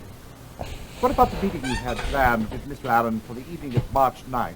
He never appeared, but you probably already know that. Quite. Actually, I knew nothing of what we were to discuss, but I've kept the wire he sent me that morning. Meet tonight, 8:30, your office. Call out the guards, pounce at 10. Quite vague, don't you think? Does it mean anything to you, Captain Egan? I think Allen was worried about security for project number 10. Of course, I put some of my best men on it right away. Did you come up with anything? Richard Camp, the development engineer on project number 10, was discovered bringing boxes and bundles to the French embassy. Emil Zobar, French military attaché, has his office there. So you think Mr. Allen had information implicating Camp in a security breach of Project 10? I did. Still do. But Lord Ragland, head of the project, assured me that Allen's security fears were unfounded. You've spoken with Ragland since Allen's death? Yes, we met on March 11th. As a precaution, he assured me he would remove Camp from the project. Can you think of anyone else who might pose a security risk to the project? Yes. For now, I have my men investigating Zobar, Van Schulenburg, Delgera, and Meshkov. Their governments would all have great interest in our new gun. And what have you uncovered so far? Unfortunately, nothing. Yet. Foreshadowing. Are you joshing, Governor? The captain wouldn't speak to us any sooner than Mike would take a bath. Well, maybe you guys would stop getting the bubonic plague if you took baths more often. Grant Arms Co. corporate offices. Booyah. Booyah. Grant Arms has been manufacturing firearms since the early 1800s. They began operations with the fashioning of an improved breech block rifle, with which they made available to the public with a generous supply of the newly invented smokeless gunpowder.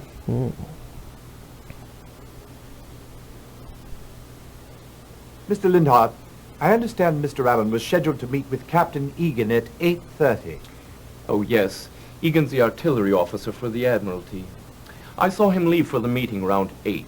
He said goodnight and went out to the back door to the alley where he always leaves to catch a cab. Do you know what the meeting was about?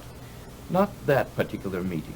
But Mr. Allen and Captain Egan did meet often, discuss the progress of their new special project, Project 10. I did find it curious that the meeting on the 9th was scheduled for the evening. All the others occurred during the day. I imagine a person in his position must have been extremely concerned about security. Indeed he was. He called in Lord Ragland after he noticed several strange people hanging around the Deverell Street plant. All the technical data, blueprints, that sort of thing are housed there. I see.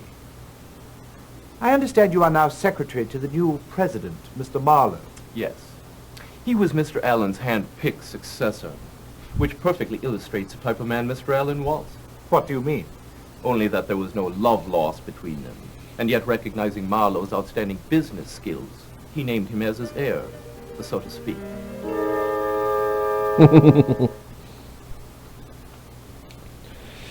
Let's see what these guys... He won't tell us a thing. Said he didn't believe that the likes of all us were working for the likes of you. Well, that's just a severe lack of imagination on his part, isn't it? Grant Arms Co. Deverell Street plant. Alright, let's see what this is about. Yes, the same thing. Sorry, Lord Raglan isn't available at the moment. Perhaps I can help you. I'm his assistant, Walter Keogh. Mr. Keogh, can you tell me anything about Mr. Allen's visit here on the morning of March 9th? He came to see Lord Raglan, but he weren't here. Do you know the purpose of his visit? Now, I wouldn't be knowing their business, but it was most likely about Special Project Number 10. It being secret and all. And when did Lord Raglan finally arrive? He never did. So then did Mr. Allen leave? Not straight away. He said he had some details to attend to. I went back to the plant, and about a quarter of an hour later, Mr. Allen calls me and hands me a note. Says it came for Lord Raglan while I was down on the line. He wanted to make sure I got it to him. He also said I shouldn't mention his visit. I'd appreciate it if you'd take me to someone who could shed some light on Special Project 10. Well, that would be Richard Kemp. But he left early today. He wasn't feeling well. A lot of not feeling well people. Guy at front gate said we didn't have a proper security clearance to get in. Said they made arms or some such thing. What is it? A bloody mannequin factory? God, you are such an idiot. Inspector Lestrade or Scotland Yard Criminology Department. I want to see Lestrade.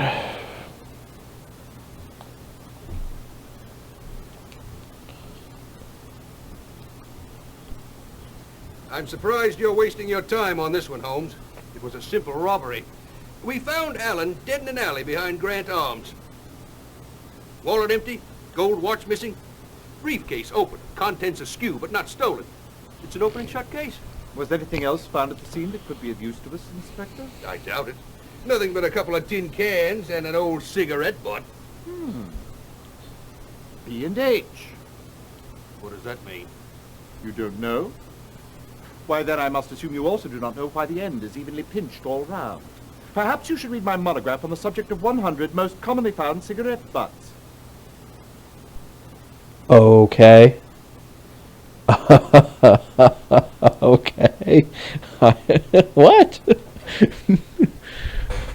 You going somewhere with that, buddy? Lestrade say it rained the day of the murder. Does that help? Ugh. I don't know why I even tried. Alright. Scotland Yard Criminology Department. Is this going to be the same thing? I'm surprised you're wasting your time on this one, Holmes. It was a simple robbery. Yes. Alright. Uh-huh. Emil Zobar. Don't mess with the Zobar. Why you call me that? That is not my name.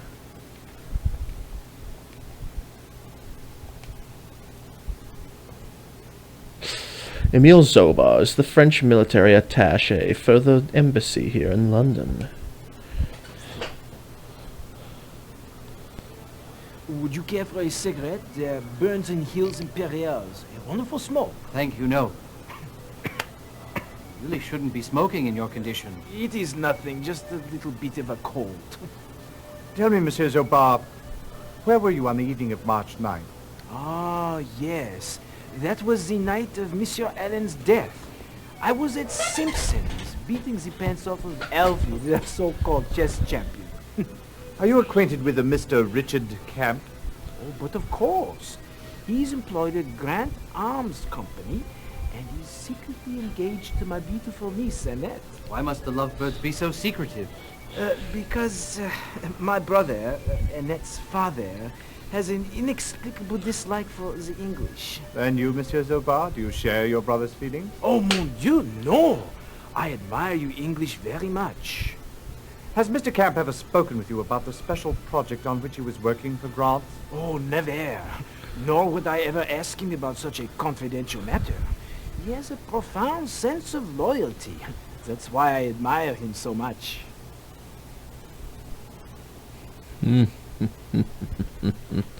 Interesting indeed. Nice chap. He offered us each a Burns and you. Well, did you take it? Because you shouldn't have. Because smoking's not for little blokes like yous. You'll get yourself the coal lung, the tar lung. Alright. Wasn't there another one? Yeah. Probably gonna be like, Holmes, there's nobody here. How unlucky. No one seems to be around. Well, there you be, homie G. Right, what's next? Courtney and Beatrice Allen. It'll be here.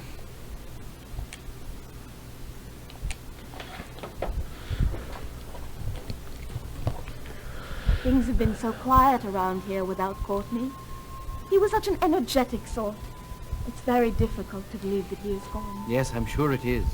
Mrs. Allen, were you aware of the particulars of your husband's business? Oh, not really, Mr. Holmes. Courtney always felt it was his responsibility to shield me from the emotional ups and downs of his business affairs. Do you have any idea who might have wanted to see your husband dead? I am sure I do not. How could anyone have wanted him killed? He was such a good man.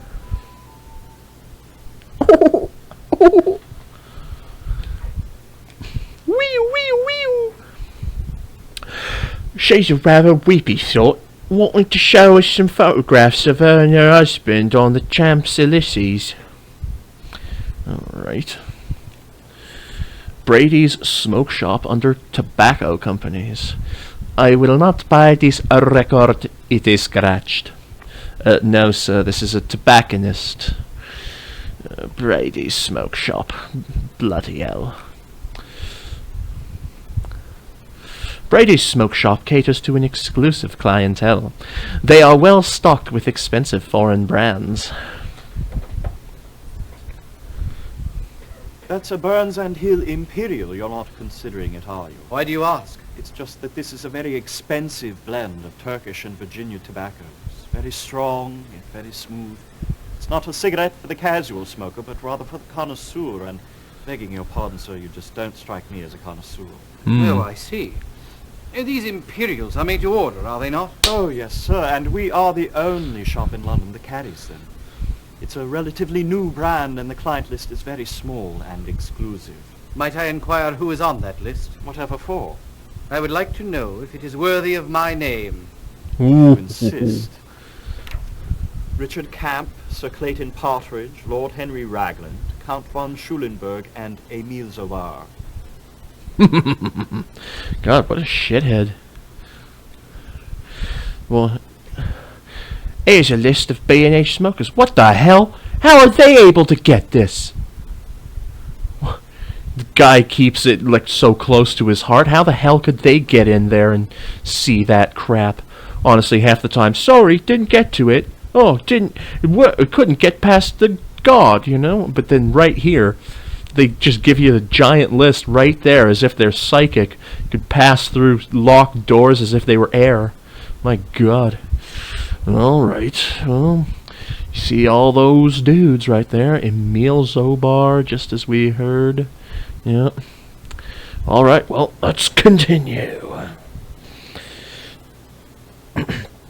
Very, very, inconsistent success with the Baker Street irregulars.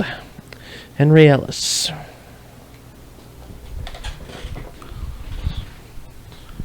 I'm here about the Courtney Allen murder.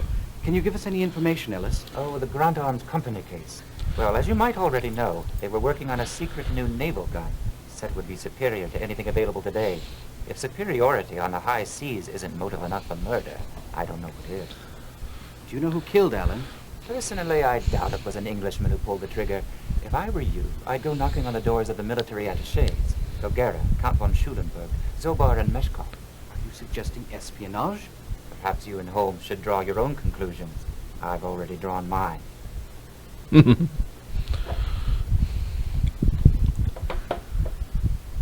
Alice thinks it's espionage. Said it was up to us to draw our own conclusion. My God, it's like you can't tell the difference between a bunch of ragtag ruffians and one of the best detective duos in all of London. Well, Hector. Good night, Hector. Hector del Guerra. Good night, Hector.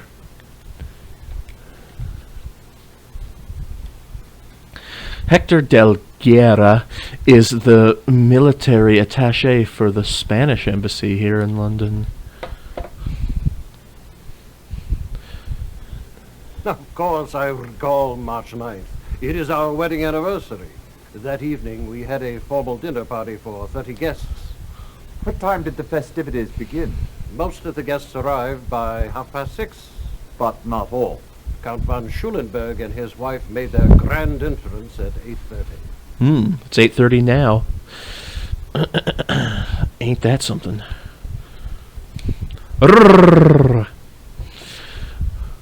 Margaret in the kitchen says they had quite a bash on March 9th. It was a real hungry bunch, but they had to hold dinner until the von Schulenbergs arrived at 8:30. It's always the Bergs, mate. It's always the Bergs. Alright. Philip Marlowe. Marlowe Trail. Marlowe. Philip Marlowe. He's got his own trail, Marlowe, he does. Nothing on file. Mr. Marlowe, I'm investigating the murder of Courtney Allen. May I ask you some questions? Certainly. But at the moment, I'm much more concerned about the missing plans for our secret weapons project. And what project might that be? Special project number 10. Whatever do you suppose happened to them? I really have no idea, but that's a question for Scotland Yard to answer. Mr. Marlowe, do you recall where you were on the evening of the night? Why, yes. I was having dinner with Sir Clayton Partridge. We had played a round of golf earlier in the day. I see. At Mr. Allen's death, I understand you automatically became the new president of Grant Arms Company. Is that correct? Yes. Allen and I had an understanding on that score. Upon his retirement, I would take the office. As a matter of fact, that condition was the key reason I joined the company 3 years ago. Interesting. Feel the sneeze coming on. Here's a bit o' tattle. The plans were stolen.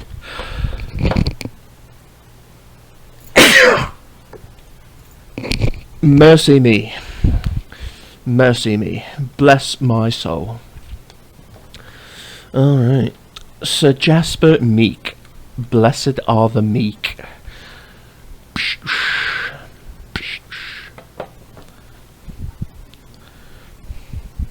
Yes, I recall the Allen case. Chap was shot in the chest, at very close range too, if I'm not mistaken. How close? Well, I'd say from a distance of 2 feet, no more. How could you tell? There were extensive powder burns on his overcoat. Do you have the bullet? No, but I'm sure it was of large caliber. How can you be so sure? I distinctly recall the exit wound. It was massive. Oh, how grisly.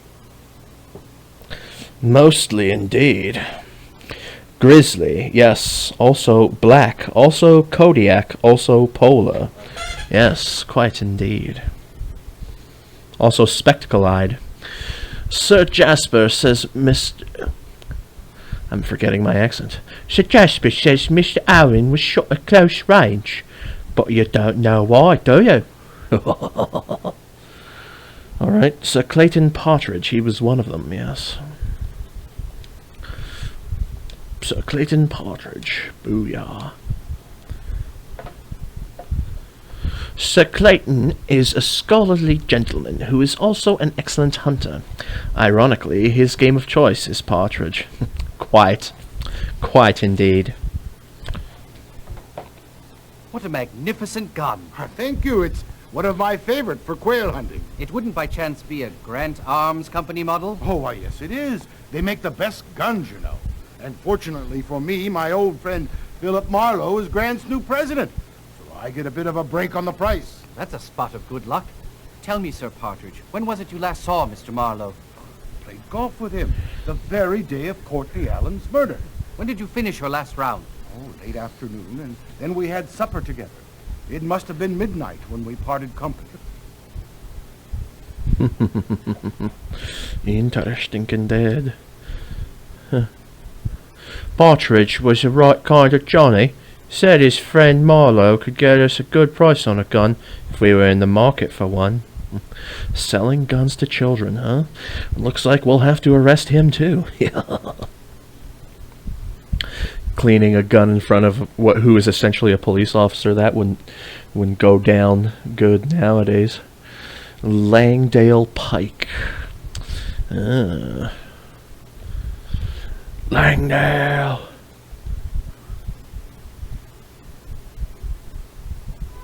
Yes, I do believe I can help you out on that one.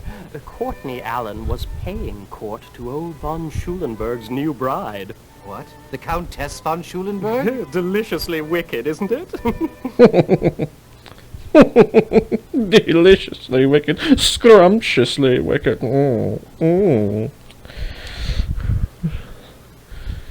Can't believe Pike actually talked to us today. Says your dead guy was seeing the Countess von Schulenburg before he was dead. That is. Yes, people who see the Bergs normally end up dead, don't they? Lord Robert Ragland. Ragland. Always the Raglands.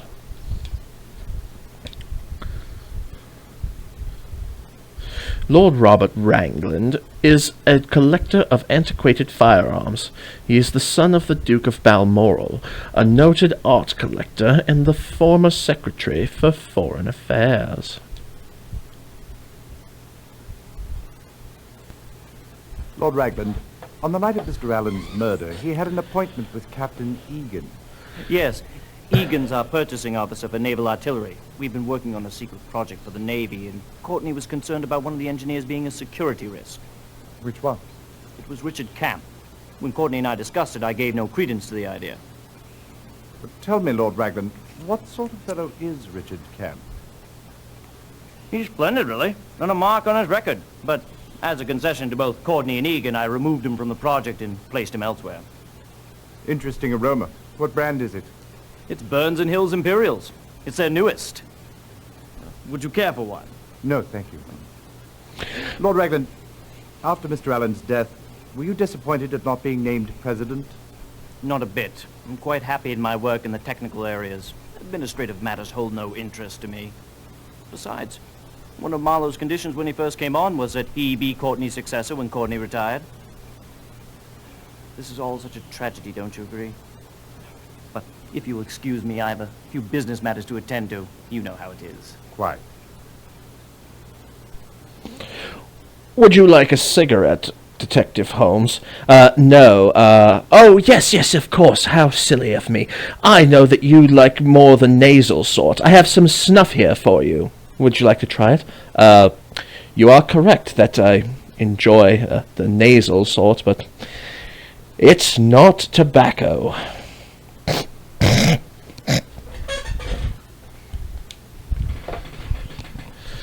Ragland said he didn't have time to talk to us. You're useless.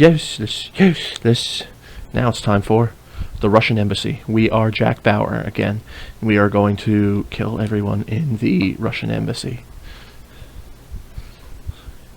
I cannot deny it. My government is very interested in the new naval gun being developed by Grants. But we are a patient people. We will wait until the British government deigns to allow Grant Arms to sell us the new gun. Sir, would you mind telling us where you were on the evening of March 9th? Was that not the night of Mr. Allen's death? It was. Well, let me see. Ah, yes. I was attending a performance at the Covent Garden Theatre. And now, gentlemen, if you will excuse me, I have some business to attend to. Oh, yes, we are communist, but not yet communist. We are a peaceable people. Blehehe. Blehehe, indeed. Meshkov is as big as a hippopotamus. Weren't the friendly type neither. Threatened us with a cane, he did. A carved cane? Spaniards in. It caters only to Spaniards. Spaniards is a small, elegant restaurant across from St. James Square. Several years ago, Watson and I slipped away in the middle of many a dreary day to dine on their paella. March the 9th was some days ago. I'm not sure I can recall. Does this help refresh your memory, sir? Yes. Now I remember. Two gentlemen with the initials AM reserved private rooms for the evening of March the 9th. Their names? Alexander Mishkin and Anthony Mariano. Could you describe them? Mishkin was a giant of a fellow. Walked with a cane, spoke with an accent. He arrived about 8:30 and ordered supper. Was he joined by anyone? Not that you mention it, he was. By an English gentleman about in his mid-30s.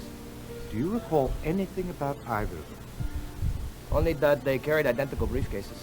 What about Anthony Mariano? His reservation was for 9 o'clock. He was about the same age as the Englishman, but no briefcase. Did he dine alone? For most of the meal. But a short fat man joined him for dessert. Is that a crack at me, buddy? You piece of shit! Puto, ¿ah? Pendejadas. Me voy a limpiar el culo con esto. Alexander Mishkin. My God. I'm forgetting my accent again. Alexander Mishkin strapped on the feed bag with some good-looking young English gent at 8:30 on the 9th. Okay. Now it's time to see the Bergs. It's always the Bergs. Always the Bergs. Oh, Vaughn. It's gonna be under Vaughn. Friedrich. Count Friedrich von Schulenberg is the military attaché for the German embassy here in London. I wonder what accent we're going to get from this guy, huh? We've had French, Spanish, Russian. Would you care for one, Mr. Holmes? Burns and Hill Imperials. Quite good. No, thank you. I am loyal to my pipe. I doubt that I can shed any light on the murder of Mr. Allen. Were you aware that the Grant Arms Company was developing a new weapon for the British government? I knew of such a weapon, yes, but not of any of the details concerning it. I'm curious, Count. Do you recall where you were on the evening of March 9th?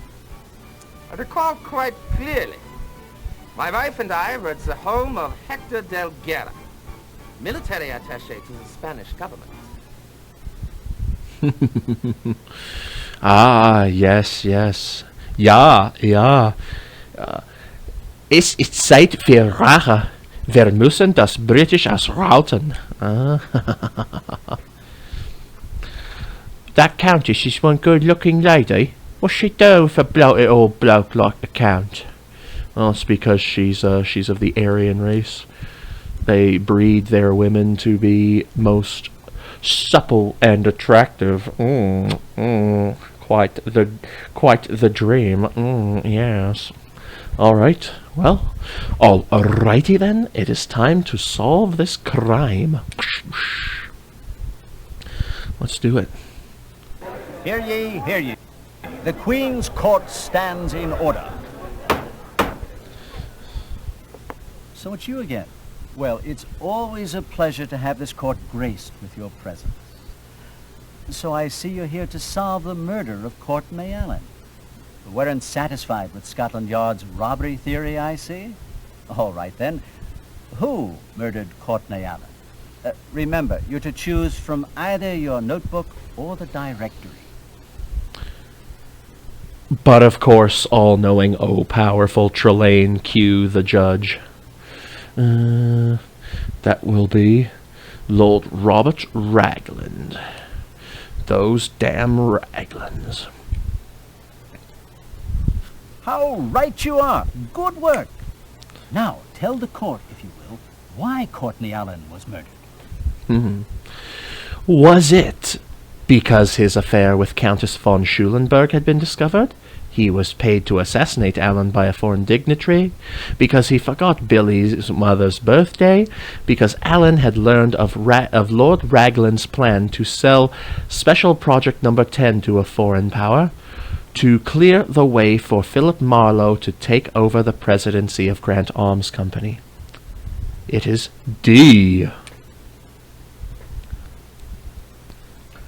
Good show.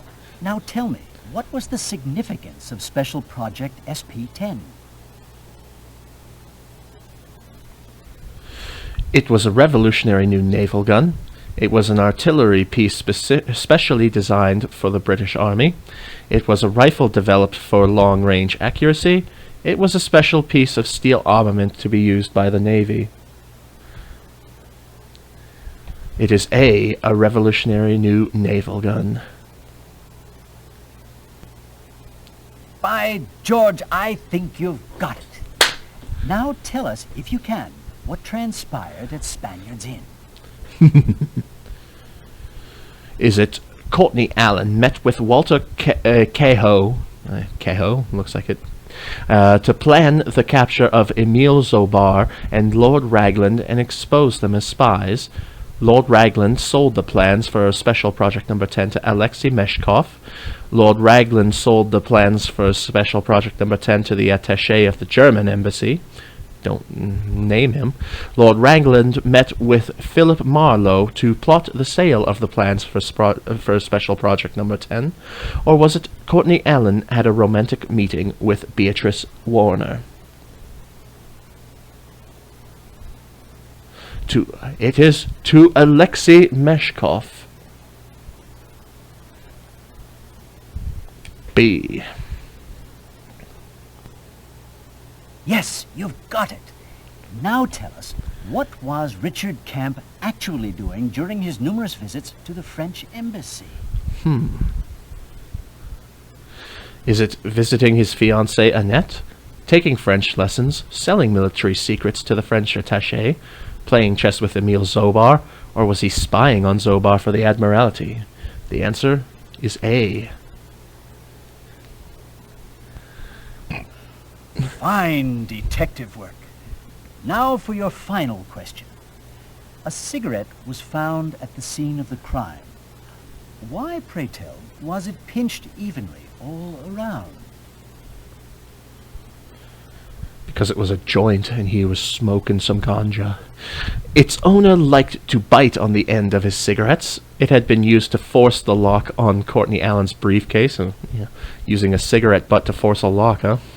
It had been smoked through a cigarette holder, or it's characteristic of all Burns and Hill cigarettes. The reason is C. It had been smoked through a cigarette holder, and who do we know smokes a cigarette holder? I've seen him in one of the clips, but I can't remember his name.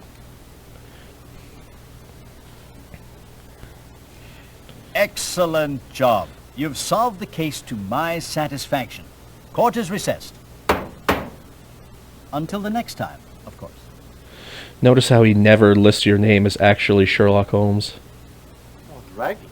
Most shocking, isn't it? I must commend you for following your instincts, Mr. Allen. Because you doubted Scotland Yard's original findings regarding your brother's death, we were able to catch the murderer. But tell me, Mr. Holmes, how did you solve this case? In the first place, I found it unlikely that a common criminal would have overlooked a valuable gold ring. In the second place, simple robbery would not explain the missing contents of the SP-10 folder. Those documents were central to the murder. It then became a simple matter to cull two suspects from the customer list of Burns and Hill Imperial brand smokers. Burns and Hill. That was the brand of cigarette found at the scene. And the list we obtained had quite a few names. It was fascinating to see the way Holmes narrowed it down. It certainly wasn't. It was nothing, really. In the first place, I knew the murderer had to be someone aware of Courtney Allen's habit of exiting his office via the alleyway. That made the most likely suspect a co-worker. Of the gentlemen on the list, only Lord Ragland and Richard Camp fit that category. But how did you narrow it down to Ragland? Elementary, Mr. Allen. Mr. Camp does not smoke. He purchased the cigarettes as a present for Emile Zobar. But why did Ragland do it? After learning of your brother's surprise visit to the plant, Ragland knew the proverbial jig was up. He realized Courtney had removed the plans for Project 10 from the safe, the very same plans he had intended to sell that night to the Russian attaché. The only solution was to kill your brother and reclaim the plans. Case closed. Thank you, Mr. Holmes. Courtney may no longer be with us, but it does serve as a small consolation to know that his murderer will get his due. Indeed. And we may all rest more easily knowing that England will suffer no more breaches of security at the hands of that traitor. Isn't that so, Holmes? Quite. Yeah, it's just the British government itself that does that now. My word, dear Holmes. Perhaps we are in the wrong business altogether. If we had been top-notch, we should have cracked this case in less points. I Fewer. think I'll ring up the university immediately and see if we might enroll in a detective course. Pop, pop, pop, pop. All right, that's it. We have solved all of the mysteries for Sherlock Holmes Consulting Detective Volume 2. And next on the line is Sherlock Holmes Consulting Detective Volume 3, which is the last in the series. And once I complete this this little series, then that'll be it for any kind of Sherlock Holmes games, unless something remarkable comes up. I'm not necessarily interested in the games. It's just that they were the last few on the TurboGrafx CD. So, however, the third volume is going to be on MS-DOS. Yes, I'm gonna play some MS-DOS games, Curtis, just like we said I would. Yes, sir, I will. Okay. Well, I have been Skwatter of the Sprites Templar, and I am now out. Peace. Bye.